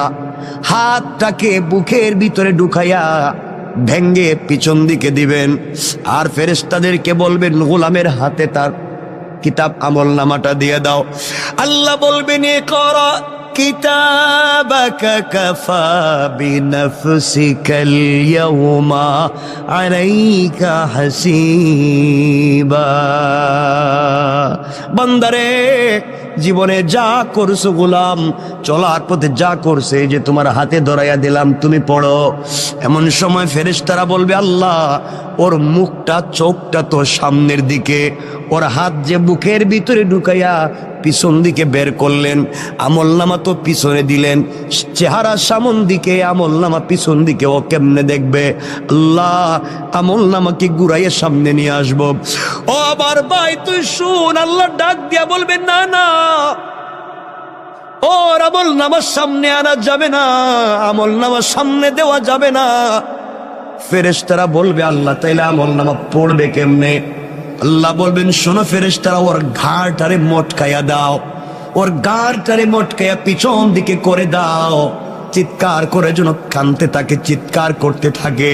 ভাইরে, তোর হাতটা বুকের ভিতরে ঢুকাইয়া পিছন দিকে বের করা হবে, এরপরে তোমার ঘাড়কে মটকাইয়া দেওয়া হবে। এরপর আল্লাহ বলবেন, খুযূহু ফাগুল্লুহু সুম্মাল জাহিমা সাল্লু। ওরে ধরো রে, ভালো করে ধরো, আর জাহান্নামের গরম শিকল দিয়া হাত পায়ে দড়ি লাগাও, অপমানিত গোলামের ন্যায় টেনে টেনে জাহান্নামে নিয়ে যাও। কেন রে ভাই, তুই এই গুনার কাজ করে আমার সঙ্গে এত অপরাধ করবি? কেন রে ভাই, তুই জাহান্নামের আগুনে জ্বলবি? ভাই, তোর মনে কি আল্লাহর ভয় নাই? তোমার মনে কি জাহান্নামে যাওয়ার ভয় নাই? তোমার মনে কি আল্লাহর সামনে দাঁড়াবার ভয় নাই? তুমি কেমনে আমার সঙ্গে ওই নাফরমানি করবা? আয় আল্লাহ, আমি তো গিয়েছিলাম জেনা করতে, যাকে আমার জীবন যৌবন দিয়ে স্বপ্নে দেখি, যাকে আমি স্বপ্নে লালন করি, পুরা জিন্দগি থেকে যাক থেকে একটা মিনিট পেতে চাই, পুরা জিন্দগি ভর যাকে নিয়ে স্বপ্ন দেখছি, আমার ওই বোনকে আমার হাতের মুঠোয় পাইছি, শুধু তার হাত স্পর্শ করছি, আমি শুধু তার হাত ধরছি। ওই সময় বোন আমাকে এই ওয়াজ শোনাইয়া দিছে, আল্লাহ, ওই দিন একাকিত্বে নির্জনে পৃথিবীর কোনো মানুষ নাই, একমাত্র আমার বোন আর আমি ছাড়া। ওই দিন আমি তো গিয়েছিলাম খারাপ কাজ করতে, কিন্তু বোনের 1 মিনিটের বক্তব্য শুনে তোমার ভয়ের কথা আমার ভিতরে ঢুকে গিয়েছিল। আমি আমার বোনের হাত ছেড়ে দিয়া ঘর থেকে বের হয়ে তোমাকে চিৎকার করে বলেছিলাম, আল্লাহ তোমাকে ভয় পাইছি, বোনের কথায় হাত ছেড়ে দিয়েছি, আর জেনা করব না, এই বলে ঘর থেকে বের হয়েছিলাম, আর জিন্দেগিতে বোনের দিকে চোখ তুলে তাকাই নাই। আল্লাহ তাআলা ওই দিন তো কোনো পুলিশ ছিল না, র্যাব ছিল না, border guard, CID, DIB, NSI, DGFI কেউ ছিল না। একমাত্র তোমার কথা শুনে তোমার ভয় আমার দিলে ঢুকে গিয়েছিল। তুমি বলেছো ওয়াত্তাকু ইয়াওমান তুরজাউনা ফীহি ইলাল্লাহ, আমার কাছে তো ফিরে আসা লাগবে। ওই যে ভয় ঢুকে গিয়েছিল, ভয়ের কারণে আমি হাত ছেড়ে দিয়েছি। আল্লাহ ওই দিনের কাজটা যদি একমাত্র তোমার ভয়ে, তোমার ভালোবাসায় হয়ে থাকে, আজকের মতো বিপদ থেকে বাঁচাইয়া দাও। ওই গোলাম দোয়া করতে দেরি হয়েছে, ওই গর্তের উপর থেকে পাথরটা 3 ভাগের 1 ভাগ অটোমেটিক সরে গিয়েছে। আল্লাহু আকবার। চিন্তা করেন কি বলতে চাই। আল্লাহর গোলাম বুঝতে পেরেছে। এবার আপনারাও বুঝেন, জীবনে ভালো কাজ করলে রব কিন্তু ফিডব্যাক দিবে। আপনি আল্লাহর পক্ষ থেকে বারাকাত পাবেন, এতে কোনো সন্দেহ নাই। কাজটা যদি হয় নির্বেজাল আল্লাহর জন্যে, খালিস নিয়তি আল্লাহর জন্য যদি হয়, দুনিয়ায় ইজ্জতের জিন্দেগি পাবেন, আখিরাতেও রবের কাছ থেকে পুরস্কার পাবেন। ওই জন্য 2 হাত জোড় করে আপনাদেরকে বলি, প্রয়োজনে আপনাদের পায়ে ধরি বলি, বলেন যদি বাসায় গিয়া পায়ে ধরতে তাও ধরি। আল্লাহর ওয়াস্তে চলার পথে রবকে ভয় করা শিখুন, হারাম কাজ থেকে নিজেকে বাঁচান। যেই সন্তান পরিবার আত্মীয় স্বজনের জন্য এত কষ্ট করি, কিয়ামতের দিন কিন্তু কেউ আমার আপনার আশেপাশে থাকবে না। সন্তান বাবার পরিচয় দিবে না, স্ত্রী স্বামীর পরিচয় দিবে না, মা বাবা সন্তানের পরিচয় দিবে না। ওই সময় একমাত্র নেক আমল তোমার আমার কল্যাণে আসবে। কথায় কথা চলে আসছে, মাঝখান দিয়া বলে দেই, যদি আপনি জিন্দেগিতে দুনিয়ার জমিনে কোরআন তিলাওয়াত করা শিখতে পারেন, কোরআন তিলাওয়াত করেন, শুধুমাত্র কোরআন তিলাওয়াত, এত ছোট্ট একটা আমলও যদি করেন, আল্লাহর রাসূল সাল্লাল্লাহু আলাইহি ওয়াসাল্লাম বলে দিয়েছে, পৃথিবীর জমিনে কেউ যদি কোরআন তেলাওয়াতকারী হয়, ওই কোরআন তেলাওয়াত তাকে জান্নাতে না পৌঁছানো পর্যন্ত আল্লাহর দরবারে সুপারিশের শাফাআত করা বন্ধ করবে না। সুবহানাল্লাহ পড়েন। কথায় কথা চলে আসছে, মধ্যখানে 1 মিনিটে বলে দিই, আল্লাহর গোলাম দুনিয়ার জমিনে আল্লাহর গোলাম ইন্তেকাল করেছে। কবরে যাওয়ার পরে সবাই মিলে, আত্মীয় স্বজন মিলে গোসল করাইয়া, কাফন পরাইয়া, হাতে পায়ে বেড়ি দড়ি লাগাইয়া, রশ্মি দিয়া বেঁধে সাদা কাপড়ে প্যাকেটিং করে সবাই মিলে নিয়ে যায়, তাকে কবরের দিকে নিয়ে যায়। বান্দা চোখের পানি ছেড়ে ছেড়ে কান্দে আর বলে, সন্তান তোর জন্য না ঢাকা শহরে এত সুন্দর বাড়ি বানাইলাম, তুই কেমনে আজকে বাপরে বান দিয়া তুই কই নিয়ে যাস? ও সন্তান, তোর জন্য না এত বাপ এত কষ্ট করলাম, তুমি আমারে আজকে কোথায় নিয়ে যাও, কোন কবরে? সন্তান বলছে, হয়তো জুরাইন কবরস্থানে, আজিমপুর গুরুস্থানে, কোন জায়গায় নিয়ে যায়? সন্তান নিয়ে যায়। বাবা কাফনের ভিতর থেকে কান্দে, কেউ দুনিয়ার আওয়াজ শুনে না। ডাক দিয়া দেখে তার ভাইও তার খাটিয়ায় ধরছে। বাইরে ডাক দিয়া বলে, ভাই রে, আমার গলা না জড়াইয়া নাকি তুই ঘুমাইতি না? আমার গলা না জড়াইলে নাকি তোর ঘুম আসতো না? ছোটবেলায় 2 জন খেতে বসলে কত দুষ্টামি করছি, 2 ভাই মিলে দুনিয়ার জমিনে কত দুষ্টামি করলাম। কেমনে রে ভাই তুই আজকে আমাকে, কেমনে তুই আমাকে ভুলে গিয়া জাহান্নামের কবরের দিকে নিয়ে যাস? ভাই ও কথা শুনবে না, তাকে দেখবে তার কলিজার টুকরা বন্ধু, সেও খাটিয়ে ধরে আছে, কবরের কাছে নিয়ে বলছে, মিনহা খালাকনাকুম ওয়া ফিহা নুঈদুকুম ওয়া মিনহা নুখরিজুকুম তারাতান উখরা। সবাই ডাক দিয়ে বলতেছে, ওখান থেকেই তুমি আসছিলা, আবার তোমাকে মাটিতে ঢুকাইয়া দিতেছি, কিয়ামতের দিন কিন্তু তুমি ওখান থেকেই উঠবা।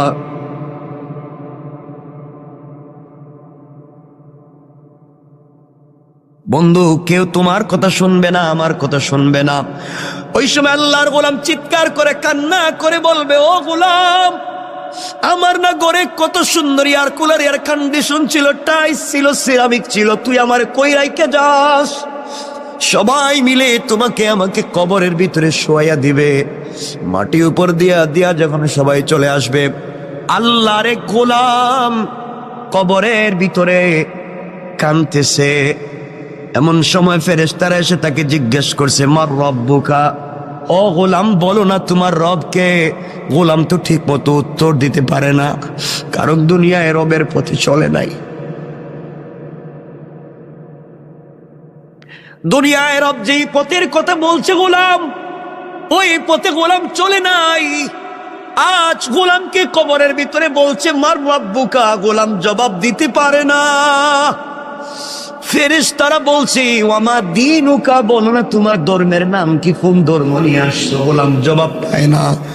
গোলামকে বলা হয়েছে, বলো না মান হাদার রাজুলু আল্লাযী বুইসা ফীকুম, ওই ব্যক্তির চিনুনি দেখো তো, যেই ব্যক্তিকে তোমাদের হিদায়াতের জন্য পাঠানো হয়েছিল।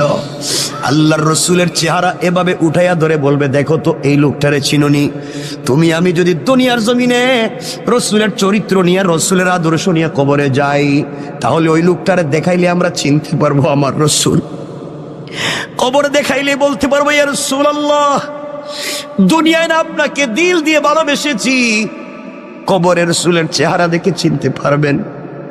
আর যদি দুনিয়ার জমিনে সেই রসুলকে ভালোবাসতে না পারেন, আল্লাহ রসুলের চেহারা দেখানোর পরও তুমি আমি চিনব না। ফেরেশতারা যখন 3টা প্রশ্নের জবাব পায় নাই, তাকে আঘাত করার জন্য 70 জন অন্ধ ফেরেশতা, এক একজন ফেরেশতার ওই কাঁধ থেকে ডান কাঁধ থেকে বাম কাঁধে যেতে লাগবে 700 বছর। এমন 70 জন ফেরেশতা হাতের মধ্যে লোহার মুগুর নিয়ে দাঁড়িয়ে আছে, আঘাত করবে। 70টা সাপ বিচ্ছু দাঁড়িয়ে আছে, তাকে খেয়ে ফেলবে। চিৎকার করে আল্লাহর গোলাম কাঁদবে, তাও কেউ শুনবে না, কারণ এই দুনিয়ায় কাঁদলে তো কেউ না কেউ শুনবে, কিন্তু কবরে কাঁদলে কেউ কথা শুনবে না। ওই দিন একমাত্র রব শুনবেন। দুনিয়ায় রবরে শুনাইয়া যাও, কবরে গেলেও রব তোমার কথা শুনবেন। এমন সময় গোলাম দেখতেছে কবরের 2 পার্শ্বের মাটি অনেক দূর পর্যন্ত চলে গিয়েছে। এত দূর পর্যন্ত মাটি গিয়েছে, আল্লাহর গোলামকে আঘাত করবার জন্য, কবরের মাটি চাপ দেওয়ার জন্য এভাবে আসতেছে। এক পাঁজরের হাড় অপর পাঁজরে ঢুকে যাবে। আল্লাহর গোলাম চক্ষু বন্ধ করে দিয়েছে। চক্ষু বন্ধ করে চিৎকার করে ডাক দিয়া কবরের ভিতরে বলছি, আল্লাহ, কেউ নাই, এই বিপদে আমার সন্তানও নাই, সন্তান আমার বিছানায় ঘুমায়, স্ত্রী হয়তো অন্যের হাত ধরে অন্য কাউকে বিয়ে করে ফেলেছে, বা এগুলা হয়তো আমার সম্পত্তি এত মুহূর্তে বাগ বাটুয়ারা করে ফেলছে। আল্লাহ, আমার দোকানের গদিতে হয়তো আরেকজন বসে গিয়েছে।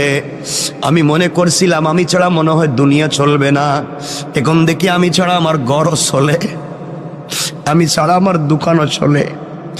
আজ এই সন্তানেরা আমাকে ছাড়া চলতো না, এরাও দেখি এখন চলে। যে স্ত্রী আমাকে জড়িয়ে না ধরে ঘুমাইতো না, স্ত্রীও দেখি চলে।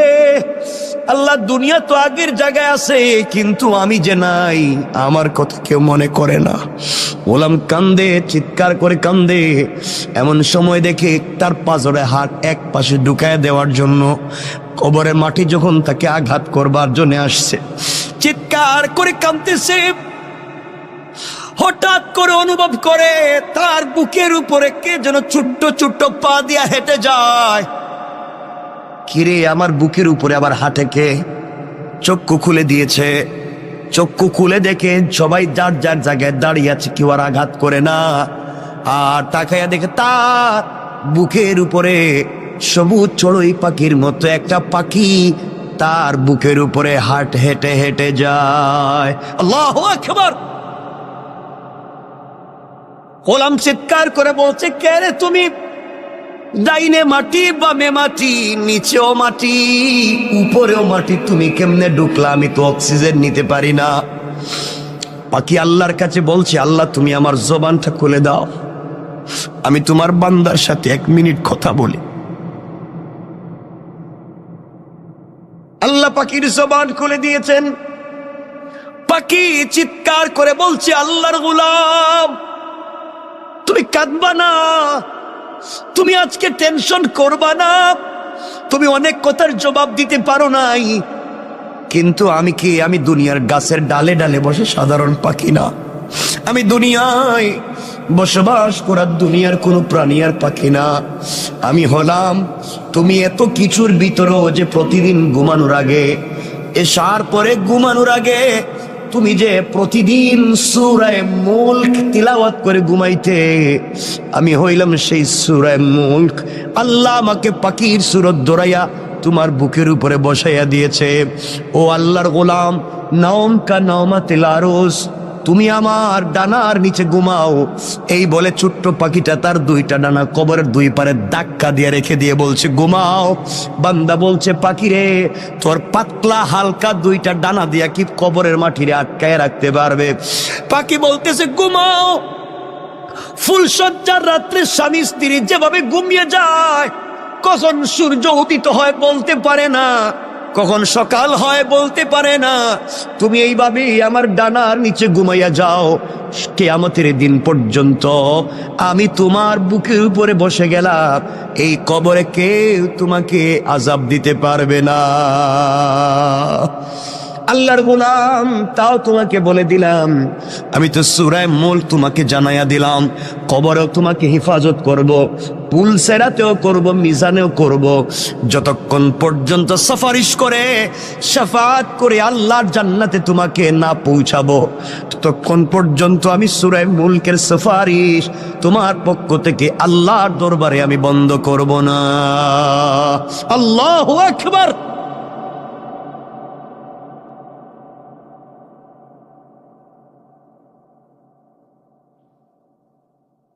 চিন্তা করেন।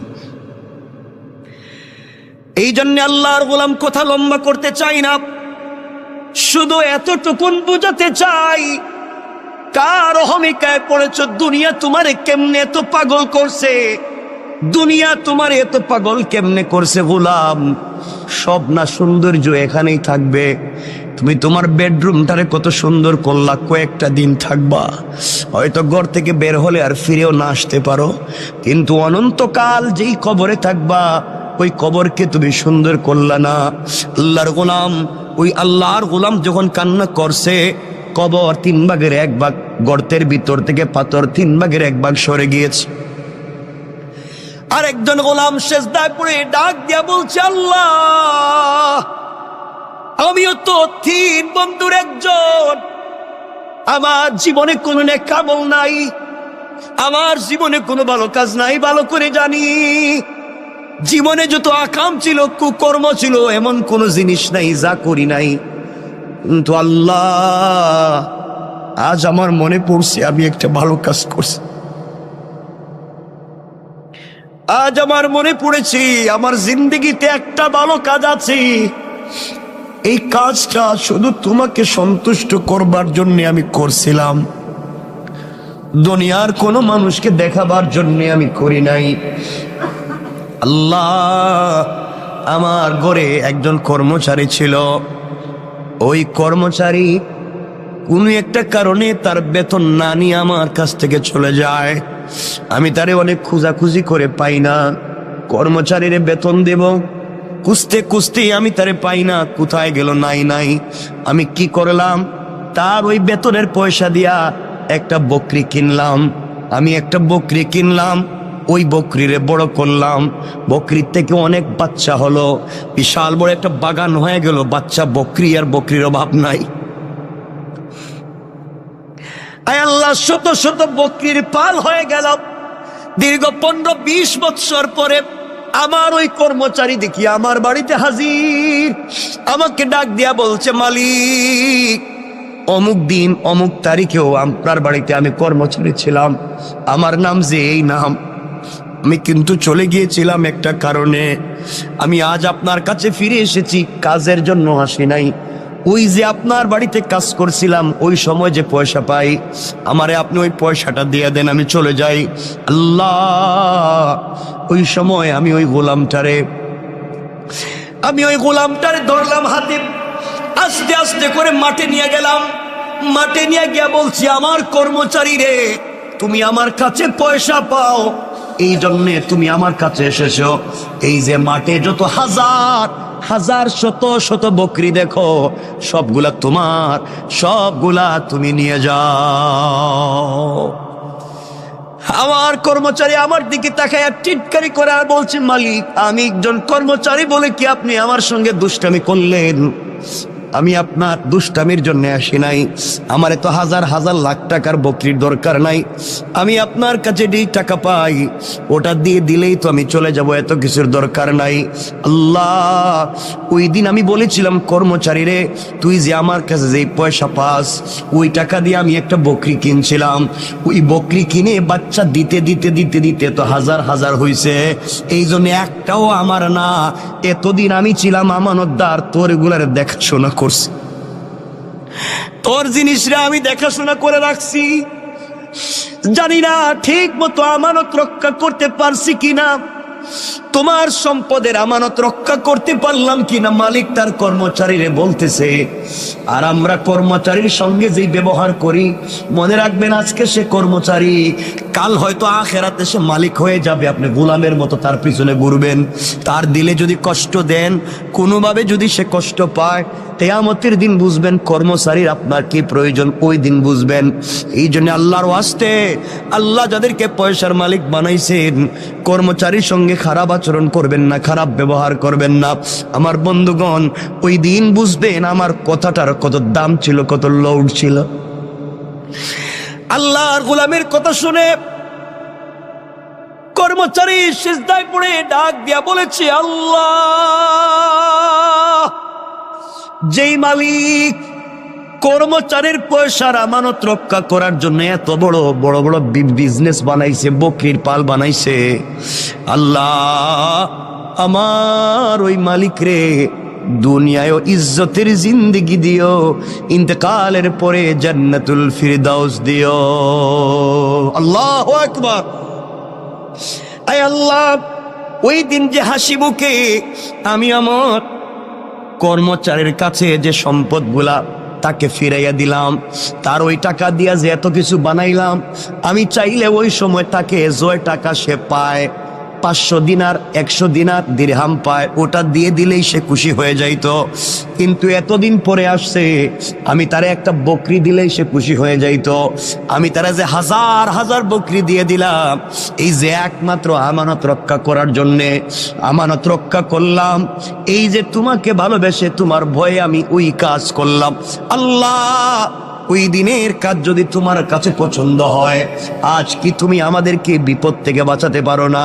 তুমি না বলছো ভালো কাজ করে দোয়া চাও, কল্যাণের কাজ করে কল্যাণের উসিলা নিয়ে দোয়া চাও। আয় আল্লাহ, এই ভালো কাজের কথা স্মরণ করে তোমার কাছে হাত উঠে দোয়া চাইলাম। বলো না, তুমি কি আমাদেরকে ক্ষমা করে দিবা না, বাঁচাবা না? আল্লাহর গোলাম ওইভাবে কান্না করে দোয়া করতে দেরি হয়েছে, তাদের মাথার উপর থেকে ওই পাথরের 3 ভাগের 2 ভাগ সরে গিয়েছে। আল্লাহু আকবার। 2 ভাগ সরে গিয়েছে।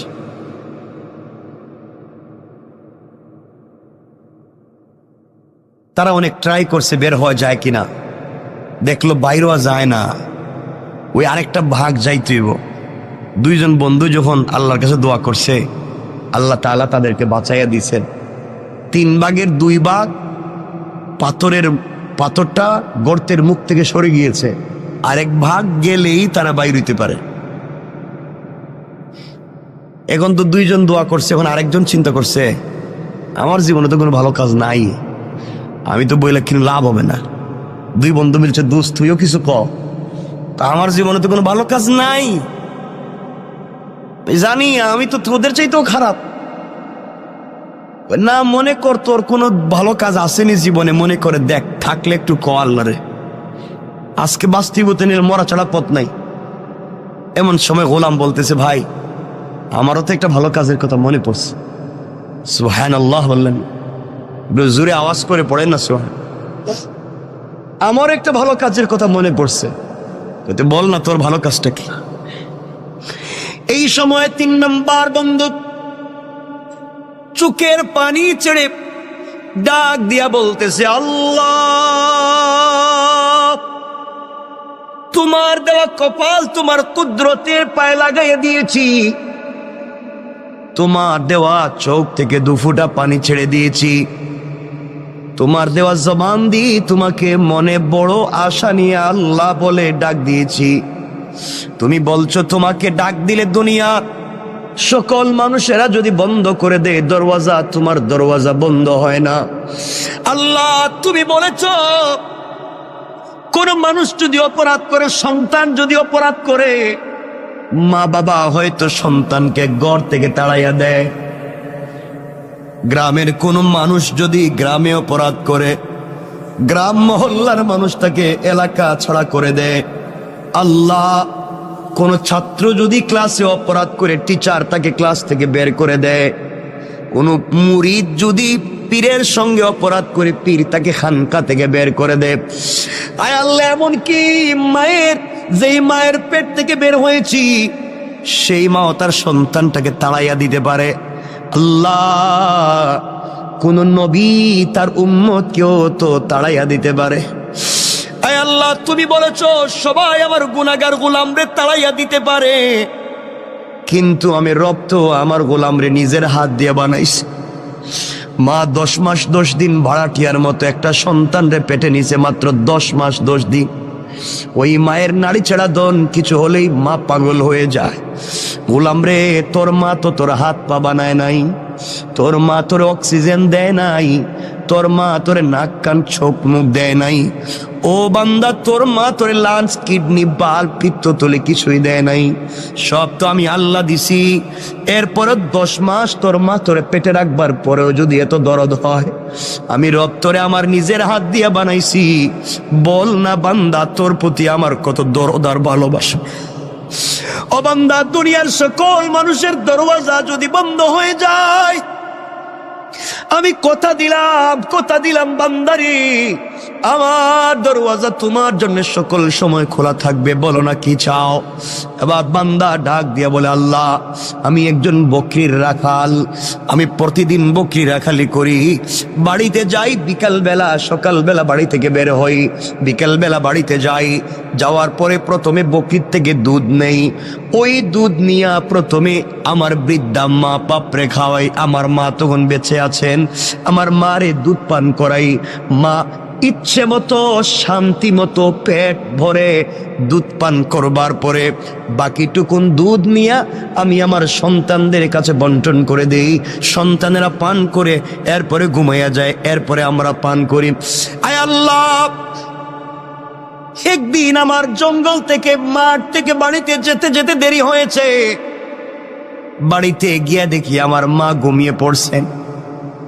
আমার মা বিভোর ঘুমে পাগল, মা ঘুমাইয়া গিয়েছে, মা তো সজাগ না। ঘরে গিয়ে দেখি আমার সন্তানেরা খাবারের জন্য চিৎকার করে কাঁদতেছে। আমি যখন বকরির থেকে দুধ দোহন করি, সন্তানেরা লাইন ধরে গুল হয়ে আমার পাশে বসছে আর বলছে, আব্বা একটু দুধ দেও না, আর সহ্য হয় না, পেটে খিদে লাগছে, রাত্রে যে ঘুমাতে হবে, একটু দুধ দাও। আমি সন্তানের দিকে তাকাইয়াও দেখি নাই কে আমার কাছে দুধ চাইল। এক পর্যায়ে দুধের বাটি হাতে নিলাম, পেয়ালা হাতে নিলাম, মায়ের ঘরে গিয়ে দেখি মা ঘুমিয়ে গিয়েছে। সবগুলা দুধের পেয়ালা নিয়া মায়ের মাথার সামনে দাঁড়ায়া থাকলাম। মা রাত্রে যখন উঠবে আগে তারে পান করাবো, এরপরে আমি আমার বাচ্চাদেরকে পান করাবো। আল্লাহ, আমার বাচ্চাগুলো আমার পায়ের কাছে এসে পা জড়াইয়া কাঁদতেছে, বলতেছে, আব্বা তুমি আমাদেরকে 1 ফোঁটা দুধ পান করাও। সারা রাত সন্তানের কাঁদতে কাঁদতে আমার পায়ের কাছে ঘুমাইয়া গেল। 1 ফোঁটা দুধও আমি সন্তানদেরকে আগে দেই নাই। ওই মায়ের অপেক্ষা করতেছি মা কখন ঘুম থেকে উঠবে। আয় আল্লাহ, ও মুনিব, এইভাবে সারা রাত চলে গিয়েছে। সকালবেলা মা যখন ঘুম থেকে উঠছে, মা আমাকে দেখে তো হতভম্ব হয়ে গেছে। মা বলছে, বাবা তুই কি ঘুমাস নেই? সারা রাত কি করলি এখানে? মা আগে তুমি ঘুমিয়ে গিয়েছো, তোমাকে দুধ পান করাতে পারি নাই, এই জন্য সারা রাত এখানে দাঁড়াইয়া দাঁড়াইয়া দুধের পেয়ালা হাতে নিয়েছিলাম, তোমার যদি ঘুম ভাঙ্গে আমি তোমার আগে দুধ পান করাবো। মা বলছেন আমার নাতিগুলার অবস্থা এমন কেন?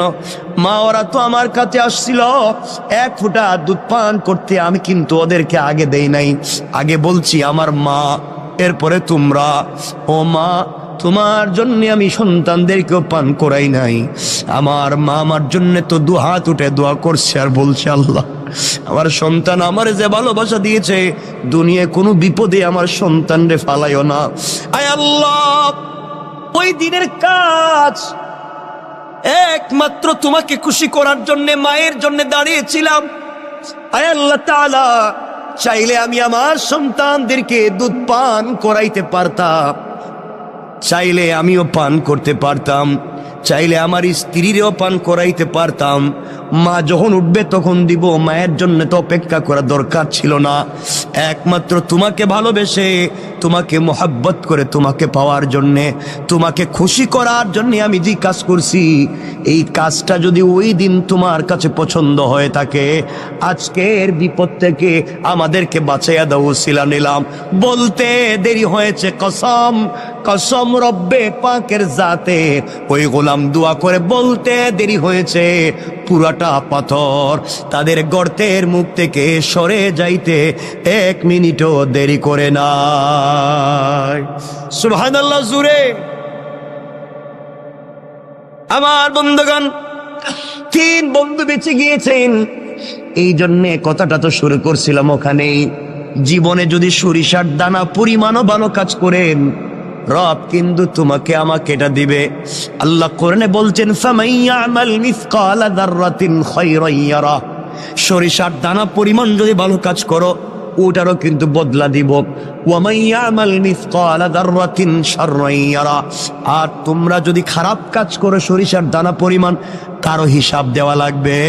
এই জন্যে দুহাত জোর করে যেই কথা শুরুতেই বলছিলাম, দরকারে পায়ে ধরে বললাম, আল্লাহর ওয়াস্তে চলার পথে ভুল তো করবো না, মানুষের হক মারবো না, আমানতের খেয়ানত করবো না, অন্যায় আচরণ করবো না, ছোট থেকে ছোট হলেও আল্লাহকে সন্তুষ্ট করার জন্য ভালো কাজ করব। রব বলে দিয়েছে, তুমি যদি আমাকে পাওয়ার জন্য ভালো কাজ করো বান্দা, আমি কথা দিলাম তোমার এই ছোট্ট একটা আমলই তোমাকে জান্নাত পর্যন্ত নিয়ে যেতে পারে। পড়েন সুবহানাল্লাহ। আমার কথা কি আপনারা বুঝছেন এতক্ষণে? তাহলে এত আলোচনা করে যেটা বোঝাতে চাইলাম, এই পুরো 1 ঘন্টা কথা বলছি, একটা বিষয় বোঝাবার দিন, যে আমাকে আপনাকে ফিরে যাওয়া লাগবে আল্লাহর সামনে। সরিষার দানা পরিমাণ ভালো কাজ করলেও জবাব দিতে হবে, খারাপ কাজ করলেও জবাব দিতে হবে। সুতরাং আমরা কোনোভাবে অন্যের সম্পত্তি তো নিজে খাবো না, নিজের লিডার হলে কখনো পাবলিকরে ঠকাবো না, এবং নিজের সম্পত্তি বাঁচাবার জন্য, অন্যের সম্পত্তি ধ্বংস করবার জন্য রাষ্ট্রের কাছে কুপ্রস্তাব দিয়া কাউকে বিপদে ফেলবো? বলেন ফেলবো? এটা হলো এতক্ষণের আলোচনার মূল মাকসাদ, আয়াতের মৌলিক ভাবার্থ। এতক্ষণ যদি কথা বুঝে থাকেন তো বলেন, রব একজন মানুষ ভালো কাজ করছে, তাকে উপকার দিচ্ছেন না? কথা তো অনেক মনে পড়ে, কিন্তু আমাদের সময় তো কমে যাইতেছে। কমে গেছে না? আপনাদের অসুবিধা হইতেছে নি? সময় যদিও আছে আমার হাতে, কর্তৃপক্ষের দেওয়া, কিন্তু আপনাদের তো কষ্টের দিকে আমার খেয়াল রাখতে হয়। যেন কষ্ট হইতেছে কিনা বুঝতেছি না, হয় না? বেশি নিব না, যদিও লম্বা হয় আমি নিব না। কথা বলতে চাই, রব বলেছে উপকার করলে তিনি দিবেন কি দিবেন না? বলেন না, দিবেন। কথাটা শোনেন, হাসান বসরি রহমতুল্লাহ আলাইহির মালফুজাত থেকে পাওয়া যায়। একবার হাসান বসরি রহমতুল্লাহ আলাইহ কবরের পাশ দিয়ে যাচ্ছেন, খুব বুঝবেন, কবরের পাশ দিয়ে যাইতেছে। চিন্তা করলেন, কবরের কাছে গিয়ে চিন্তা করলেন, একটু মোরাকাবা করে দেখি তো কবরের মানুষ কেমন আছে। মোরাকাবা করলেন, করে দেখেন কবরের মানুষ খুব খুশি, হাসি খুশি, কেউ কষ্টে আছে, কেউ দুঃখে আছে। আর এর মধ্যে একজন মুরব্বী কবরের ভিতরে তার খুব আযাব হইতেছে, একজন মুরব্বীর কবরে খুব বেশি আযাব হইতেছে। আর আবার দেখলেন আরেক জায়গায়, দেখেন আরেকজন মুরব্বী বসে রইছে আর হাসতেছে। তিনি কিছু দুরূদ পড়লেন, তিনি কিছু দোয়া করলেন, এই সওয়াবগুলো আল্লাহ তাআলা কবরে পৌঁছাইয়া দিলেন। সুবহানাল্লাহ পড়েন না?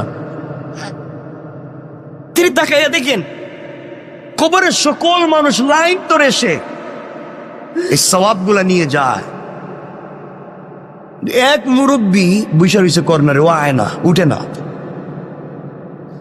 হাসান বসরি বলেন, মোরাকাবায় তাকে জিজ্ঞেস করলাম, বাবা কবরের মানুষ কি বিপদে আছে? আমি সূরা ফাতিহা তিলাওয়াত করলাম, সূরা ইখলাস পড়লাম, এর সওয়াব যখন কবরে পৌঁছাইলাম সব মানুষ এসে নিয়ে যায়, তুমি এদিকে আসতেছো না, ঘটনা কি? কয় আমার দরকার নাই। দরকার নাই কেন?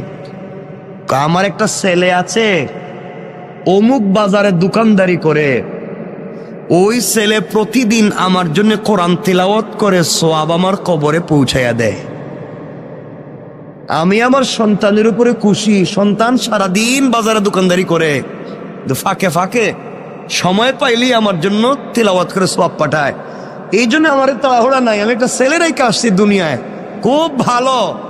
ওই ছেলেটা আমি বাপরে বইলা যায় নাই, এই জন্য সন্তানরে ভালো মানুষ বানাইছিলাম। কবরে আসার পরে সন্তান আমার জন্য দোয়া দুরূদ পড়ে আমার জন্য আমল পাঠায়। আর আমরা এমন সন্তান রাইখা যাই, বাপ মারা যাওয়ার আগেই এর মাইরে ফেলায়। কথা বলেন না কেন? মা বাপ মারা যাওয়ার আগে এমন কষ্ট দেয়, তো এমনি জিন্দা মরে যায়, খাবার দেয় না, বউরে নিয়ে আলাদা থাকে, মা বাপরে দেখতে পায় না, মা বাপের সঙ্গে ভালো আচরণ করে না, স্ত্রী সন্তান যা বলে তাই শুনে, মা বাপকে এই ভালো জায়গায় রাখতে চায় না, মা বাপের ঠিক মতো ঔষধপাতি দেয় না, খবরাখবর রাখতে পারে না, মা বাপকে পয়সা দিলে হিসাব করে। এই সমস্ত নাফরমানি আমাদের ভিতরে হর হামেশা হয়ে গেছে, ঠিক না? হাসান বসরি বলেন, আমি মোরাকাবা শেষ করব, একজন মুরব্বী খুব কাঁদতেছেন, আযাব হইতেছে। আমি জিজ্ঞেস করলাম কারণ কি? মুরব্বী বলছেন, বাবা আমার একটা মেয়ে আছে। কি আছে? খুব দুশ্চরিত্রা, খারাপ খারাপ কাজ করে বেড়ায়। আর ও যত গুনার কাজ করে, ওর গুনার কাজের ভাগ আমার কবরে আসে, আমি পাই। কারণ মেয়েটারে ভালো বানাইতে পারি নাই, যেন বাপ হিসাবে আমি মেয়েরে কেন ভালো বানাইতে পারলাম না। ওই মেয়ে খারাপ কাজ করলে আমার কাছে গুনাহ চলে আসে। আর ওই বেচারা বলতেছে, আমার ছেলে দুনিয়া তেলাওয়াত করে আমার কাছে সওয়াব চলে আসে। অর্থাৎ সন্তানকে যদি ভালো মানুষ বানাইয়া যেতে পারেন, সন্তান ভালো কাজ করলে তারও একটা অংশ পাবেন, সন্তান খারাপ কাজ করলে তারও একটা। তিনি বললেন, বাবা আমার মেয়েটা অমুক গ্রামে থাকে, তুমি যদি পাও, আমার মেয়েটার একটু বইল আমার জন্য, আমি বাপের জন্য যেন একটু ইসালে সওয়াব করে, কোনো একটা কিছু করে, আমার কষ্ট আর সহ্য হয় না, কেন মেয়েটা খারাপ কাজ ছাড়ে না। আল্লাহর ওলি হাসান বসরি রহমতুল্লাহ আলাইহি চলতে লাগলেন, ওই বাজারে পৌঁছে গেলেন যেই বাজারে মুরব্বী বলছিল তার সন্তান কোরআন তেলাওয়াত করে। সত্যি দূর থেকে দেখেন তার দোকানে ভিড় লেগে আছে, ভিড় লেগে আছে, মানুষ, কাস্টমারের অভাব নাই। কিন্তু আল্লাহর গোলাম কাস্টমারের সঙ্গে কথাও বলে, ঠোঁট নাড়ায়া নাড়ায়া আল্লাহর কালাম তিলাওয়াত করে যায়। ওই যুবকের কপালে চুম্বন দিয়া বললেন, যুবক রে, তোমার মতো সৌভাগ্যবান যুবক আর কয়জন আছে যার বাবা কবরে গিয়াও সন্তানের জন্য দোয়া করে, সন্তানের জন্য ভালো চায়। তোমার বাবা তোমারে যেই শিক্ষা দিয়েছে, কবরে বাবা বড় আরামে আছে, তুমি তেলাওয়াত বন্ধ করে দিও না। আমার বন্ধুগণ, যুবকের কাছ থেকে বিদায় নিয়া আল্লাহর গোলাম হাঁটতে লাগলেন ওই মেয়ের বাড়ির দিকে। ওই মেয়ের বাড়ির কাছাকাছি পৌঁছে গেলেন, মানুষরা খবর দিলেন, অমুক নামে কি এলাকায় কোনো মুরব্বী ছিলেন। সবাই বলছে, এই যে পাশে যেই বাড়ি দেখা যায়, এই বাড়িটাই হচ্ছে মুরব্বীর বাড়ি। আল্লাহর ওলি হাসান আল বসরি রাহমাতুল্লাহ আলাই আস্তে আস্তে করে মুরব্বির বাড়ির কাছে পৌঁছে গেলেন। গিয়া দেখেন বাড়ির ঘরের ভিতরে কেউ নাই। একটা যুবতী মেয়ে পুকুরের মধ্যে অথবা একটা হাউজের মধ্যে এসে গোসল করে। হাসান আল বসরি ডাক দিয়া বলছেন, মা, অমুক কি তোমার বাবা হয়? কয়, আমার বাবা। তিনি মরে গেছেন না বেঁচে আছেন?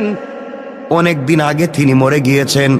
মারে, আমি হাসান আল বসরি বলছি, মোরাকাবা করে দেখছি তোমার বাপের বড় কষ্ট হয়, বড় আযাব হয়। কবরের ভিতরে তোমার বাবা বড় কষ্টে আছে। তুমি কি চাও না তোমার বাবার জন্য কিছু উপকার করতে চাও না? তোমার বাবার জন্য কিছু একটা দোয়া করো, অথবা সম্মিলিতভাবে মানুষকে দিয়ে দোয়া করাও, তোমার বাবার কোনো কল্যাণ করো। বাপ তো বড় কষ্টে আছে। মেয়েটা বাপের কষ্ট শুনবার পরেও অট্ট হাসি দেয়, টিটকারি করে। এই কথা বলে বলছে, আমি আবার কেমনে বাপের উপকার করব? আমার দ্বারা হবে না। ওই বাপরে আমি কেমনে করব? আমার জীবন, আমার যৌবন, আমি যেভাবে মন চায় সেভাবে চলবো। আমি কেন তার জন্য উপকার করতে যাব? ও হাসান আল বসরি, আপনি বলেছেন আমি যেন গুনাহ ছেড়ে দেই। আমি কিসের গুনাহ করি? আমি তো জীবনটাকে এনজয় করি। আপনার আবার কি আসে যায়? আমার বাবারই বা কি হয়? জীবনটা তো আমার যা মন চায় তা করব। মনে রাখবেন, একজন নারী যদি জাহান্নামে যায়, 4 পুরুষের নিয়ে জাহান্নামে যাবে। আবারও বলছি, একজন নারী যদি জাহান্নামে যায়, 4 জন পুরুষের নিয়ে জাহান্নামে যাবে। নারী যদি জাহান্নামে যায়, তার বাপরে নিয়ে যাবে। নারী যদি জাহান্নামে যায়, তার স্বামীরে নিয়ে যাবে। নারী যদি জাহান্নামে যায়, তার ভাইরে নিয়ে যাবে। নারী যদি জাহান্নামে যায়, তার সন্তানরে নিয়ে যাবে। কেন সন্তান তাকে ভালো পথে রাখলো না? কেন ভাই তাকে ভালো পথে রাখলো না? কেন স্বামী তাকে ভালো পথে রাখলো না? কেন বাবা তাকে ভালো পথে রাখলো না? এই জন্য এক নারী জাহান্নামে গেলে 4 পুরুষ জাহান্নামের জন্য প্রস্তুত হও। আল্লাহ রাব্বুল ইজ্জত ওয়াল জালালের ওলি হাসান আল বসরি যখন মেয়েটাকে বললেন, মেয়ের কাছ থেকে ভালো উত্তর পেলেন না। এক পর্যায়ে মেয়েটা টিটকারি করে ওই পুকুরের ভিতর থেকে পানি দিয়া হাসান আল বসরির উপরে ফিকে মারছে। হাসান আল বসরির মুখের উপরে পানি মারছে। কয়, নেন, আপনি পানি নিয়ে যান। এই পানি দিলাম, যান, আপনি আমার বাবার জন্য কি উপকার করতে পারি? আমি আমার বাপের জন্য কোনো উপকার করতে পারবো না। এই বলে পানি মারছে। হাসান আল বসরি বড় কষ্ট পেলেন। কিছুদিন পরে আবার মুরাকাবা করলেন। ওই কবরের পাশ দিয়ে যাওয়ার সময় আবার তিনি মুরাকাবা করলেন। করে দেখেন, যেই বেচারা এতদিন ওই কবরের কর্নারে বসে থাকতো, গুরুস্থানের আসতো না, সোয়াবের জন্য আসতো না, আজ দেখা যায় সবার আগে আইসা দাঁড়াইয়া গেছে। হাসান আল বসরি যা তিলাওয়াত করছেন, তার সোয়াবটুকুন কবরে বক্সাইয়া দিলেন। ওই আল্লাহর গোলাম নেওয়ার জন্য দাঁড়াইয়া আছে। তিনি বললেন, বাবা, ওই দিন না আপনি সবার পিছনে ছিলেন, বসা ছিলেন, আসলেন না? আজ কেন আপনি সবার আগে আগে আসলেন? আল্লাহর গোলাম চুকের পানি ছেড়ে ডাক দিয়ে বলছে, হাসান আল বসরি, ওই দিন আমি আসিনি, আমার সন্তান দুনিয়ার জমিনে বেঁচে ছিল, আমার জন্য তিলাওয়াত করে সোয়াব পাঠাইছে। গত কয়েকদিন আগে আমার সন্তানটাও মরে গেছে। এখন কেউ আর আমার জন্য তিলাওয়াত করে সোয়াব পাঠায় না। এই জন্যে আমার জন্য আর কেউ নাই। ওই জন্যে আমিও লাইনে দাঁড়াইছি। ও বাবারা, এই জন্য সন্তান রে ভালো মানুষ বানাইয়া যাও, অথবা অন্যের সন্তান রে হাফিজ আলিম বানাইয়া যাও, অথবা মসজিদ মাদ্রাসার সঙ্গে সম্পর্ক রেখে যাও। একটা মসজিদের সঙ্গে একটা ইটের টুকরা দিয়েও যদি সম্পর্ক করতে পারো, কিয়ামত পর্যন্ত কবর থেকেও সোয়াব পাইবা। একজন গরিবের বাচ্চারা যদি হাফিজ আলিম বানাইয়া যাইতে পারো, ওই হাফিজ আলিম থেকে পৃথিবীতে যতদিন পর্যন্ত আরো হাফিজ আলিম বনবে, আরো কোটি কোটি মানুষ হবে, সবার কাছ থেকে তুমি সোয়াব পাইবা। সুবহানাল্লাহ পড়েন না? আমিও আপনাদের দোয়ায়, আমি তো আলহামদুলিল্লাহ করাইতেছি আমাকে দিয়ে। আমি সিলেটে, আমার এলাকায় জন্ম, যেখানে আমি একটা প্রতিষ্ঠান, প্রায় 40 কোটি টাকা, আমরা ওই যে এই সপ্তাহে ভিত্তিপ্রস্তর করবো ইনশাল্লাহ। মাদ্রাসা চলতেছে অলরেডি, বাকি বিল্ডিংয়ে ভিত্তিপ্রস্তর হয় নাই, টিন শেড। এই সপ্তাহেই আমরা 10 তলা ফাউন্ডেশন দিয়ে ভিত্তিপ্রস্তর করতেছি। এখানে 100 জন ইয়েতিম, একেবারে ইয়েতিম বাচ্চাকে আমরা টোটাল হাফিজ আলিম আমাদের খরচে বানাবো ইনশাল্লাহ। 100 জন। এভাবে চলতে থাকবে। আমরা নিচে মসজিদ করতেছি দোতলা পর্যন্ত, উপর থেকে মাদ্রাসা করতেছি, মহিলাদের জন্য আইটি করতেছি, কারিগরি করতেছি, মহিলাদের জন্য এবং বাচ্চা পুরুষের জন্য আমরা একটা মিক্স, আমরা একটা ভালো ব্রিটিশ কারিকুলামে আজহার এবং মদিনার আদলে একটা ইংলিশ মিডিয়াম ইন্টারন্যাশনাল একটা মসজিদ, মাদ্রাসা এবং স্কুলকে একীভূত করে একটা শিক্ষা সিলেবাস তৈরি করতেছি। আল্লাহ যেন কবুল করেন, দোয়া করবেন। এটা এই শহরে করার ইচ্ছা ছিল এবং এই শহরেই করতে চাইছিলাম এবং শুরুও করেছিলাম। আল্লাহ চাইলে এই শহরেও আমাকে দিয়ে খুব তাড়াতাড়ি আমরা করে ফেলবো ইনশাআল্লাহ, ইনশাআল্লাহ। এই মসজিদও তো মাদ্রাসা আছে না? নাই? চমৎকার একটা মাদ্রাসা আছে, কতগুলো বাচ্চা এখানে পড়ে, আমার খুব ভাল লাগে। বাচ্চাদের পড়া খুব ভাল লাগে, ওরা তো গুনাহ নাই তো, এজন্য ওদেরকে সময় দিবেন, মাদ্রাসার দিকে খেয়াল রাখবেন, জীবন উল্পাল্টে যাবে একবারে। মাদ্রাসার দিকে খেয়াল রাখবেন তো ইনশাআল্লাহ সবাই। আমার বন্ধুগণ, কত লম্বা হয়ে যাচ্ছে। আল্লাহর ওলি বুঝলেন ওই বেচারার ছেলে মারা গিয়েছে, এই জন্য আর সওয়াব পাঠায় না। হঠাৎ করে তাকাইয়া দেখেন ওই দিন যেই মুরব্বী লাইনে সবার সামনে ছিল, আজ দেখা যায় জান্নাতের গালিচায় বসে বসে জান্নাতি ফল খেয়ে যায়। আশ্চর্য হলে মোর মেয়ে তো জিনাকারী,